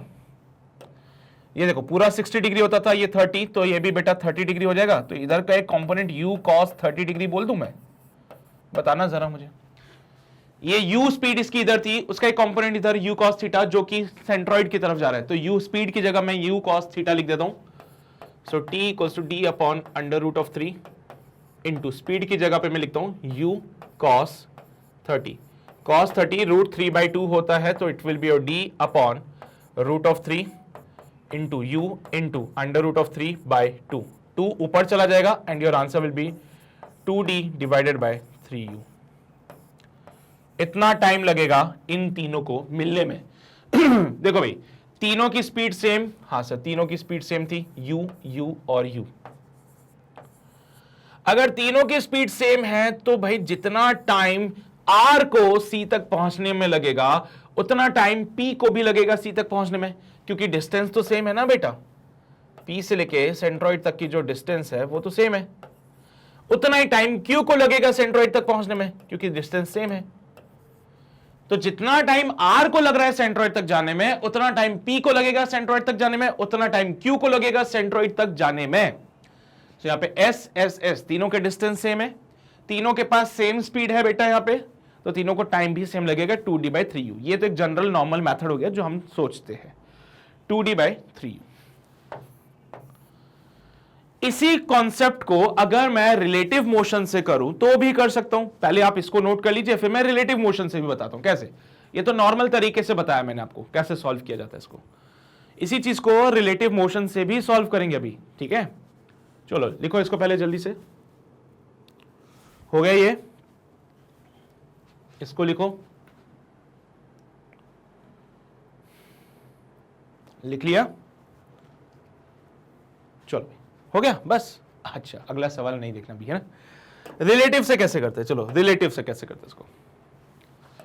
It's method 2। सेकंड मेथड क्या है ध्यान से देखिएगा, रिलेटिव से करने जा रहा हूं मैं इसको। सो हमारा फिर से वही ट्राइंगल, राइट एंगल ट्राइंगल, ध्यान से देखना, राइट एंगल नहीं इक्विलेटरल ट्राइंगल, ठीक है। ठीक है, यहां पे था P, यहां पे था Q। मान लो यार, मान लो, छोड़ो कोई बात नहीं, कोई कहीं पे भी हो, हमें क्या फर्क पड़ता है। P की टेंडेंसी Q की तरफ जाने की, Q की टेंडेंसी R की तरफ जाने की, और R की टेंडेंसी P की तरफ जाने की, ठीक है सर, बहुत बढ़िया। तीनों के पास सेम स्पीड है U और U। हम चाहते हैं कितने समय के बाद ये मिले। तो पहले वाले कॉन्सेप्ट में हमने बोला था कि भाई तीनों के तीनों सेंट्रॉइड पे मिलेंगे आके, और कितने समय के बाद मिलेंगे वो भी हमने निकाला था। हमने जो समय निकाला ये वो टाइम है जब ये मिल रहे हैं। हमने जो समय निकाला ये वो टाइम है जब ये मिल रहे हैं। सर 3 लोगों के लिए सॉल्व करना थोड़ा सा डिफिकल्ट है। अगर यही मैं P और R के लिए सोचूं कि P और R कितने समय में मिल रहे हैं, उतने समय में P और Q मिलेंगे, उतने ही समय में Q और R भी मिलेंगे। सोच के देखो, क्योंकि तीनों मोशन कर रहे हैं एक दूसरे की तरफ, तो जितने टाइम में P और R मिलेंगे उतने ही टाइम में P और Q भी मिलेंगे, उतने टाइम में Q और R भी मिलेंगे। तो सेम टाइम लगेगा क्योंकि तीनों की वेलोसिटी सेम है बेटा, तीनों की वेलोसिटी सेम है, बराबर का डिस्टेंस ट्रेवल कर रहे हैं। तो जितने टाइम के बाद R P से मिलेगा उतने टाइम के बाद P Q से मिलेगा, उतने ही टाइम के बाद Q R से भी मिलेगा। तो क्यों ना मैं किसी 2 के लिए सॉल्व कर लूं, मैं किन्हीं 2 के लिए सॉल्व कर लेता हूं, जो हमारा आंसर आएगा वो तीनों के लिए वैलिड हो जाएगा। जैसे मैंने सॉल्व किया P और R के लिए बेटा, मैं पहले वो टाइम निकालता हूं जिसमें P और R आपस में मिलेंगे। जिस टाइम में P और ये R आपस में मिलते हैं उतने ही टाइम में P और Q भी मिलेंगे, उतने ही टाइम में Q और R भी मिलेंगे, क्योंकि इक्वल डिस्टेंस ट्रेवल कर रहे हैं विद द इक्वल स्पीड। ठीक है, तो मैंने बोला एक काम करो, ये देखो P और R कितनी देर के बाद मिल सकते हैं। मैंने बोला दोनों के बीच का डिस्टेंस है D। हाँ सर बिल्कुल, दोनों के बीच का डिस्टेंस D है। यहां पे एंगल बनता है 60 डिग्री। जी सर बिल्कुल बनता है। U का कंपोनेंट अगर आप इधर ले लो जो कि U cos 60 डिग्री आ जाएगा, तो बच्चे मुझे एक बात बताओ, अगर P Q की तरफ ना जाके R की तरफ जाता तो ये मिल जाते। तो मैंने बोला यार P का एक वेलोसिटी का कंपोनेंट R की तरफ ले लो, P का एक कंपोनेंट हमने R की तरफ लिया। अब देखो U cos 60 और ये U एक दूसरे की तरफ आ रहे हैं। हाँ सर, दोनों के बीच का सेपरेशन D है। तो बेटा रिलेटिव से किया, यहां पे इनके बीच का रिलेटिव सेपरेशन D है, इनकी रिलेटिव वेलोसिटी बेटा क्या हो जाएगी, U cos 60 प्लस का U, cos 60 1/2 होता है, तो U/2 प्लस का U, ये आ जाएगा 3U/2। So time will be S relative upon V relative, S relative upon V relative. It will be 3U/2. Oh, sorry. D upon 3U/2. Upon वाली चीजें ऊपर जाती है, it will be 2D divided by 3U. ये लो, इतना time लग रहा है। ठीक है, ये इतना टाइम हो गया। मैंने क्या बोला भाई, जितने टाइम के बाद P और R मिलेंगे उतने टाइम के बाद P और Q भी मिलेंगे, उतने टाइम के बाद Q और R भी मिलेंगे, क्योंकि सब के सब बराबर का डिस्टेंस ट्रेवल कर रहे हैं, सब के सब इक्वल डिस्टेंस ट्रेवल कर रहे हैं, सब के सब सेम स्पीड से चल रहे हैं। तो जितना टाइम दो को लगेगा उतना टाइम सबको लगने वाला है। सो it will be your 2D/3U। ये रिलेटिव से हमने इसको सॉल्व किया है। तो आपकी इच्छा श्रद्धा है आप पूरे मेथड से सॉल्व करेंगे, वैसे भी कर सकते हैं। आपकी इच्छा श्रद्धा है आप रिलेटिव से सॉल्व करना चाहते हैं, आप रिलेटिव से सॉल्व कर लीजिए, ये आपके ऊपर है पूरी बात। लिख लीजिए इसको, लिख लिया है सभी ने, बढ़े आगे। अगला सवाल लो भाई, a bus start from the rest moving with an acceleration of 2 meter per second square, a cyclist 96 meter behind the bus start simultaneously towards the bus at 20 meter per second. After what time will he able to overtake the bus? किस समय के बाद ये cycle वाला बस को overtake करेगा? बस जो कि रेस्ट पे थी स्टार्ट करती है with an acceleration of 2 meter per second square, और साइकिल वाला जो 96 मीटर पीछे था वो चलता है 20 meter per second square. Cyclist जो है बस से 96 मीटर पीछे है, साइक्लिस्ट चल रहा है 20 मीटर पर सेकेंड से, और बस जो कि रेस्ट पे थी इसने शुरू किया है with an acceleration of 2 meter per second square. चलिए भाई, तो इसको भी मैं दो तरीके से सॉल्व कराऊंगा, एक नॉर्मल मेथड से जो हम यूज करते थे पहले, और एक रिलेटिव मोशन से भी। तो पहले मैं इसका मेथड नंबर फर्स्ट बताता हूं जिसमें हम रिलेटिव का यूज नहीं कर रहे। मेथड नंबर फर्स्ट जिसमें हम नॉर्मल काइनेमेटिक्स के अपने कॉन्सेप्ट्स लगाएंगे। मुझे एक बात बताओ, ऐसा वाला क्वेश्चन हमने पहले भी किया था, है ना? तो मैंने अज्यूम कर लिया let after time t, after time t they meet. T time के बाद ये साइकिल वाला बस वाले से मिल जाता है, जाके मिलने का मतलब बस वाले को ओवरटेक करते हैं यहां पे, है ना? मीट मतलब ओवरटेक लिख लेना यार, कंफ्यूज मत होना, है ना? मान लीजिए टी समय के बाद साइकिलिस्ट ने बस वाले को ओवरटेक कर दिया, आफ्टर टाइम टी दे ओवरटेक, है ना? तो साइकिलिस्ट ने क्या किया, ओवरटेक कर लिया। बहुत बढ़िया। इस टी टाइम में बस ने कितना डिस्टेंस ट्रेवल किया? distance traveled by bus in time t, distance traveled by bus in time t, it will be equals to ut plus half at square, but क्योंकि बस इनिशियली रेस्ट पे थी तो ut वाला पार्ट जीरो हो जाएगा, और जो distance travelled by the bus था वो हो जाएगा हाफ, एक्सेलरेशन कितना है 2 मीटर पर सेकेंड स्क्वायर का इनटू टी स्क्वायर, तो it will be your T square. So this is the distance traveled by the bus, which is t square. इसी time t में what is the distance traveled by the cyclist? तो distance traveled by the cyclist in time t, distance travelled bye cyclist in time T. T time में cyclist ने कितना distance travel किया। भाई आप देख सकते हो साइक्लिस्ट कांस्टेंट स्पीड से चल रहा था, और जब भी कांस्टेंट स्पीड की बारी आती है तो हम डायरेक्ट फॉर्मूला लगाते हैं distance equals to speed into time, तो हम भी यही करेंगे। तो distance travelled by the cyclist equals to cyclist की स्पीड इनटू टाइम टी। अरे distance equals to speed into time, चलो भाई बहुत बढ़िया। So distance traveled by the bus is t square, distance traveled by the cyclist is 20t। लेकिन आपने एक चीज देखी होगी, साइक्लिस्ट को 96 मीटर एक्स्ट्रा चलना पड़ेगा तभी तो बस को पकड़ पाएगा वो। साइक्लिस्ट अगर बस को पकड़ना चाहता है तो उसको ये 96 मीटर एक्स्ट्रा चलना पड़ेगा। आओ यहां पे बनाता हूं। ये साइक्लिस्ट था हमारे यहाँ पे, है बेचारा, क्या करे वो भी, चलना तो पड़ेगा सी। ये बस थी, ये 96 मीटर का गैप था। मैंने बोला कि भाई साहब मान लीजिए टी टाइम के बाद ये दोनों मिल गए थे, तो बस ने तो डिस्टेंस ट्रेवल किया टी स्क्वायर और साइक्लिस्ट ने जो डिस्टेंस ट्रेवल किया वो 20t का था। जरा देखो यहां पे आके मिल गए, टी टाइम पे ये दोनों मिल गए थे। बस ने जो डिस्टेंस ट्रेवल किया वो टी स्क्वायर था, साइक्लिस्ट ने जो डिस्टेंस ट्रेवल किया वो 20t था। जरा इस डायग्राम को देखो तो ऐसी फीलिंग नहीं आ रही कि 20t is equal to 96 plus का टी स्क्वायर फ्रॉम फिगर। क्या ये फीलिंग नहीं आ रही इसको देख के कि 20t जो है वो 96 प्लस टी स्क्वायर हो जाएगा। तो यहां से टी स्क्वायर माइनस का 20t प्लस का 96 इक्वल टू 0। अब इसको कैसे सॉल्व करें बेटा, 12 8 जा 96 होते हैं, पता है आपको 12 8 जा 96 होते हैं और 12 प्लस 8 20 होते हैं। सो टी स्क्वायर माइनस का 12t माइनस का 8t प्लस का 96 इक्वल्स टू 0।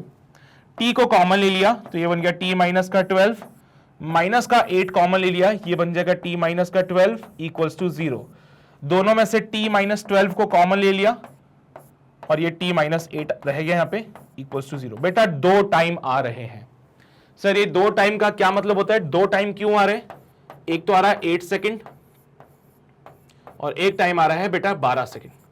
अब ऐसे दो टाइम क्यों आए बेटा, ये बता रहा है कि दो बार ये साइकिलिस्ट बस वाले से मिलेगा, दो बार ये साइकिलिस्ट बस वाले से मिलेगा।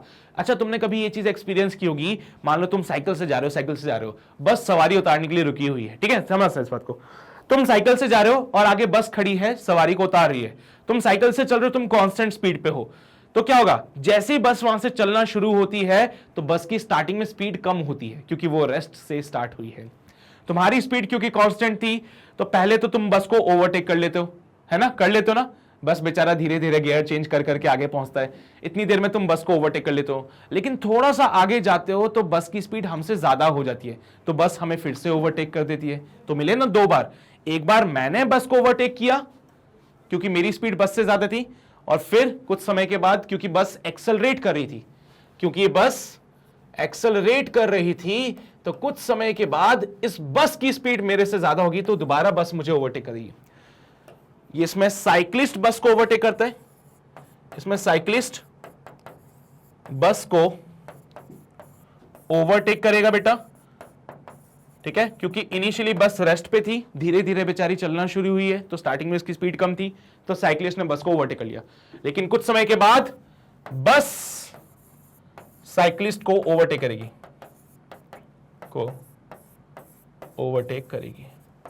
तो यहां पे दो टाइम आते हैं जिसमें बस और साइक्लिस्ट आप एक दूसरे के साथ मिलते हैं। दो बार ये साइक्लिस्ट बस वाले से मिलेगा। पहला केस, पहली बार जब साइक्लिस्ट बस को ओवरटेक करती है, बाद में बस की स्पीड इंक्रीज होगी तो बस साइक्लिस्ट को ओवरटेक कर देती है फिर। तो दो टाइम आते हैं बेटा, ठीक है। तो वो क्या पूछ रहा था कि आप वो टाइम बताइए जिसमें साइक्लिस्ट बस को ओवरटेक करता है। तो भाई साइक्लिस्ट जो है बस को 8 सेकंड के बाद ओवरटेक करेगा, 12 सेकंड पे नहीं करेगा बेटा। अंतर समझो, यहां पे गलतियां हो जाती है ना। कितने टाइम के बाद साइक्लिस्ट बस को ओवरटेक करता है, तो साइक्लिस्ट ने बस को ओवरटेक किया 8 सेकंड पे, 12 सेकंड पे बस ने साइक्लिस्ट को फिर से ओवरटेक किया था। तो ये तो हमारा पहला मेथड हो गया बेटा जिसमें हम नॉर्मल कॉन्सेप्ट लगाते हैं। यही चीज अब रिलेटिव से भी सॉल्व करेंगे, तो पहले इसको नोट कर लीजिए फिर हम आगे बढ़ते हैं। कर लिया नोट सभी ने? लिख लो इसको भी जल्दी से। ऐसा क्वेश्चन मैंने पहले भी कराया था आपको, लेकिन यही चीज रिलेटिव से कैसे करते हैं अब आओ जरा उसको सीखते हैं। मेथड नंबर 2 रिलेटिव से है, ठीक है? कैसे करना है इसको सब? बेटा ये साइक्लिस्ट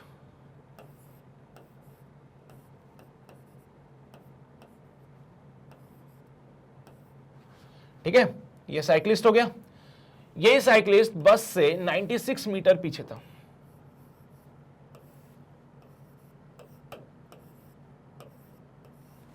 ये साइक्लिस्ट बस से 96 मीटर पीछे है।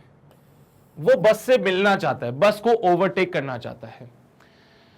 क्या साइक्लिस्ट 20 मीटर पर सेकंड से चल रहा था इनिशियली? हाँ sir, initially cyclist 20 meter per second से चल रहा था। क्या इनिशियली बस हमारी रेस्ट पे थी? जी सर। क्या बस के पास acceleration 2 meter per second square का था? जी सर। क्या साइक्लिस्ट का एक्सेलरेशन 0 था? जी सर। क्या बस का acceleration 2 meter per second square और साइक्लिस्ट का एक्सेलरेशन 0 था? जी सर। क्या बस की इनिशियल वेलोसिटी 0 और साइक्लिस्ट की 20 मीटर पर सेकंड थी? जी सर। क्या दोनों के बीच का सेपरेशन 96 मीटर था? जी सर। तो इनके बीच का relative separation, is your 96 meter. अगर मैं इनकी इनिशियल रिलेटिव वेलोसिटी निकालूं, तो किसी एक को ऑब्जर्वर मान लो बेटा, किसी एक को ऑब्जर्वर मान लो। तो साइकिल के रेस्पेक्ट में बस की बात कर रहे हो या बस के रेस्पेक्ट में साइकिल की बात करो, जैसा भी आप करो, बट उसी को फिर फॉलो करना। तो मैंने बोला यार मैं करता हूं velocity of bus with respect to cycle, या velocity of cycle with respect to bus करता हूं। तो यहां पे साइकिल की वेलोसिटी माइनस बस की वेलोसिटी 20 मीटर पर सेकेंड। फिर मैं एक्सेलरेशन रिलेटिव वाला निकालता हूं, तो acceleration of the cycle minus acceleration of the बस, तो माइनस का 2 मीटर पर सेकेंड स्क्वायर।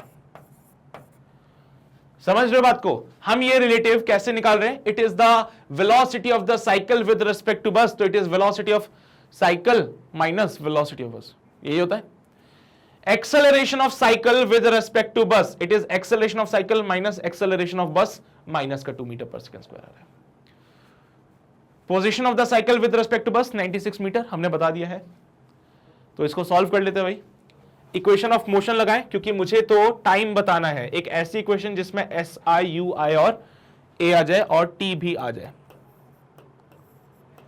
सो मेरे हिसाब से s relative is equals to u relative into t plus का half a relative into t square होना चाहिए।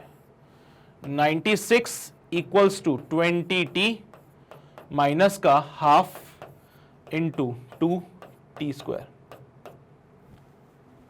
सही है? सही है। अच्छा एक बात बताओ कि ये माइनस का टी स्क्वायर इधर आएगा तो क्या हो जाएगा? टी स्क्वायर माइनस का 20t प्लस का 96 इक्वल्स टू 0। क्या ये बात सही रहेगी? यार जो भी बातें यहां कर रहा हूं, it is all for the cycle with respect to bus. It is the position of the cycle या displacement of the cycle with respect to bus, the velocity of the cycle with respect to bus, acceleration of the cycle with respect to bus. ठीक है? फिर से हमारी वही quadratic equation बन गई, T square minus का 12t माइनस का 8t प्लस का 96 इक्वल्स टू 0। t कॉमन लेंगे, t माइनस का 12 और माइनस का 8 कॉमन लेंगे, t माइनस का 12। फिर से आप देख लो तो यहां पे आपको क्या मिल रहा है? t माइनस 12 और एक t माइनस 8।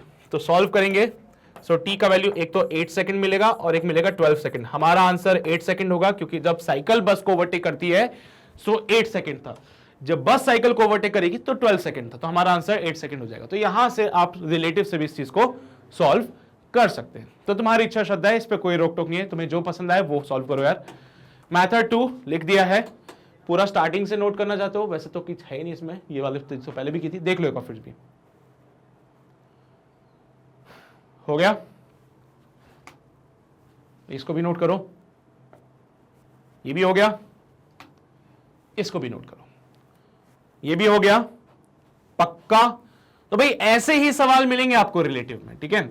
ऐसे ही सवाल मिलेंगे आपको। बस ये सोचना है कि क्या होगा रिलेटिव पोजीशन, क्या होगी रिलेटिव वेलोसिटी, क्या होगा रिलेटिव एक्सेलरेशन। उसके अलावा इक्वेशन ऑफ मोशन बिल्कुल वैलिड है रिलेटिव मोशन में, कोई दिक्कत नहीं है, बिल्कुल बिंदास होकर लगा हुआ है, कोई मना नहीं करेगा, ठीक है? चलिए भाई, इसके अलावा और भी क्वेश्चंस है जो मैं आपको प्रैक्टिस क्वेश्चंस जब कराऊंगा इसके, है ना, एमसीक्यूज जब कराऊंगा तो उसमें और क्वेश्चंस की प्रैक्टिस कराऊंगा आपको। तो इसके लिए बिल्कुल भी निश्चिंत रहिए, घबराने की जरूरत नहीं है। निश्चिंत रहिए कि यार इतने क्वेश्चन हैं और भी कराओगे क्या, मैं बिल्कुल आपको और क्वेश्चंस कराऊंगा। आपको पता है कोई भी टॉपिक कंप्लीट होता है तो फिर मैं प्रैक्टिस क्वेश्चंस कराता हूं, तो उस प्रैक्टिस क्वेश्चंस में जितने भी और पॉसिबिलिटीज होती है सारे मैं कवर करवा देता हूं। मतलब मैं कोई क्वेश्चन की वैरायटी छोड़ूंगा नहीं आप लोगों के लिए, ठीक है।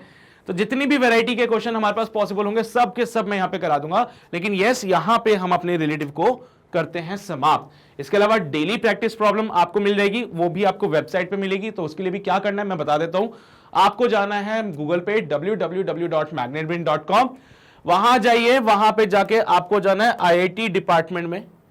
यहां पे आपको मेरे लेक्चर्स मिल जाएंगे। तो यहां पे जब आप क्लिक करेंगे तो आपको यहां पे इधर ये आप देख रहे हैं DPP शीट 1, हाँ DPPs आपको यही मिल जाएंगी। इवन यहां पे आपको सब कुछ मिल जाएगा, लेक्चर, DPP, उसके सॉल्यूशन, ईच एंड एवरीथिंग आपको यहां मिलने वाला है, ठीक है। तो ये वेबसाइट पे आपको मिलेगा। तो इसके लिए आप इधर उधर मत भटकिए, इधर उधर जाके मत पूछिए कि DPP कहां मिलेगी कहां मिलेगी, सीधा यहां आ जाओ। यहां पे आके आपको DPPs मिल जाएंगी, लेक्चर मिल जाएंगे, इवन उसके सॉल्यूशंस मिल जाएंगे। ये सब की सब चीजें आपके लिए फ्री रहेगी बेटा। तो कभी ऐसा नहीं होगा कि 2 लेक्चर देखने के बाद आपसे कोई इसका अमाउंट मांग ले या कोई बोले कि भाई सब्सक्रिप्शन ले आओ, ये कर लो वो कर लो, कूपन कोड लगा लो। ये सब कुछ नहीं होगा यहाँ पे, ठीक है। तो it's all free for you guys, ठीक है। तो जितने बार आपको लेक्चर्स देखने उतने बार देखिए, कोई डाउट हो तो बार बार उसको क्लियर करें, ठीक है। अपार्ट फ्रॉम दिस, जाने से पहले जो 3 छोटे प्यारे से काम होते हैं जो तुम हमेशा करते हो, वो है कि अगर भाई नए हो चैनल पे तो लाल बटन जो है सब्सक्राइब का उसको दबा लो, उसके बगल में जो घंटा है उसको बजा दो, सो दैट कोई नोटिफिकेशन मिस ना हो। बाकी हाँ, अपने भाई बंधु सखा सहेली तक ये सेशन को जरूर पहुंचाना है। उनको बोलना है कि भाई अगर जेई की तैयारी करनी है तो अब इधर उधर मत भटको, टाइम वेस्ट मत करो, सीधा आके ज्वाइन करो मैग्नेट ब्रेन्स, क्योंकि यहां पे हो रही है जेई की धमाकेदार शुरुआत, ठीक है। और सेशन पसंद आया तो लाइक जरूर कर देना। और इतना सी ही बातें थी आज के सेशन के लिए। अगले लेक्चर में हम ग्राफ पढ़ेंगे। देखो 2 डायमेंशन मोशन में भी रिलेटिव आता है, ठीक है। तो ये मत सोचना कि सर आपने अधूरा पढ़ाया, रिलेटिव मोशन 1D में ही पढ़ाया, 2D में कौन पढ़ाएगा। जब मैं आपको 2 डायमेंशनल मोशन पढ़ाऊंगा या जब मैं आपको मोशन इन अ प्लेन पढ़ाऊंगा तब मैं आपको 2D मोशन के बारे में भी बताऊंगा, ठीक है। तो तब भी रिलेटिव मोशन दोबारा आएगा। 1 डायमेंशन में रिलेटिव मोशन इतनी ही है, बाकी इससे रिलेटेड और भी सवाल हैं जो आपको मिल जाएंगे DPP में, या कोई और कंटेंट सॉल्व करो उसमें, तो वो जरूर सॉल्व कर लेना, ठीक है। चलिए भाई, मिलते हैं आपसे अगले सेशन में। तब तक अपना ध्यान रखो, पढ़ाई करते रहो। All the very best.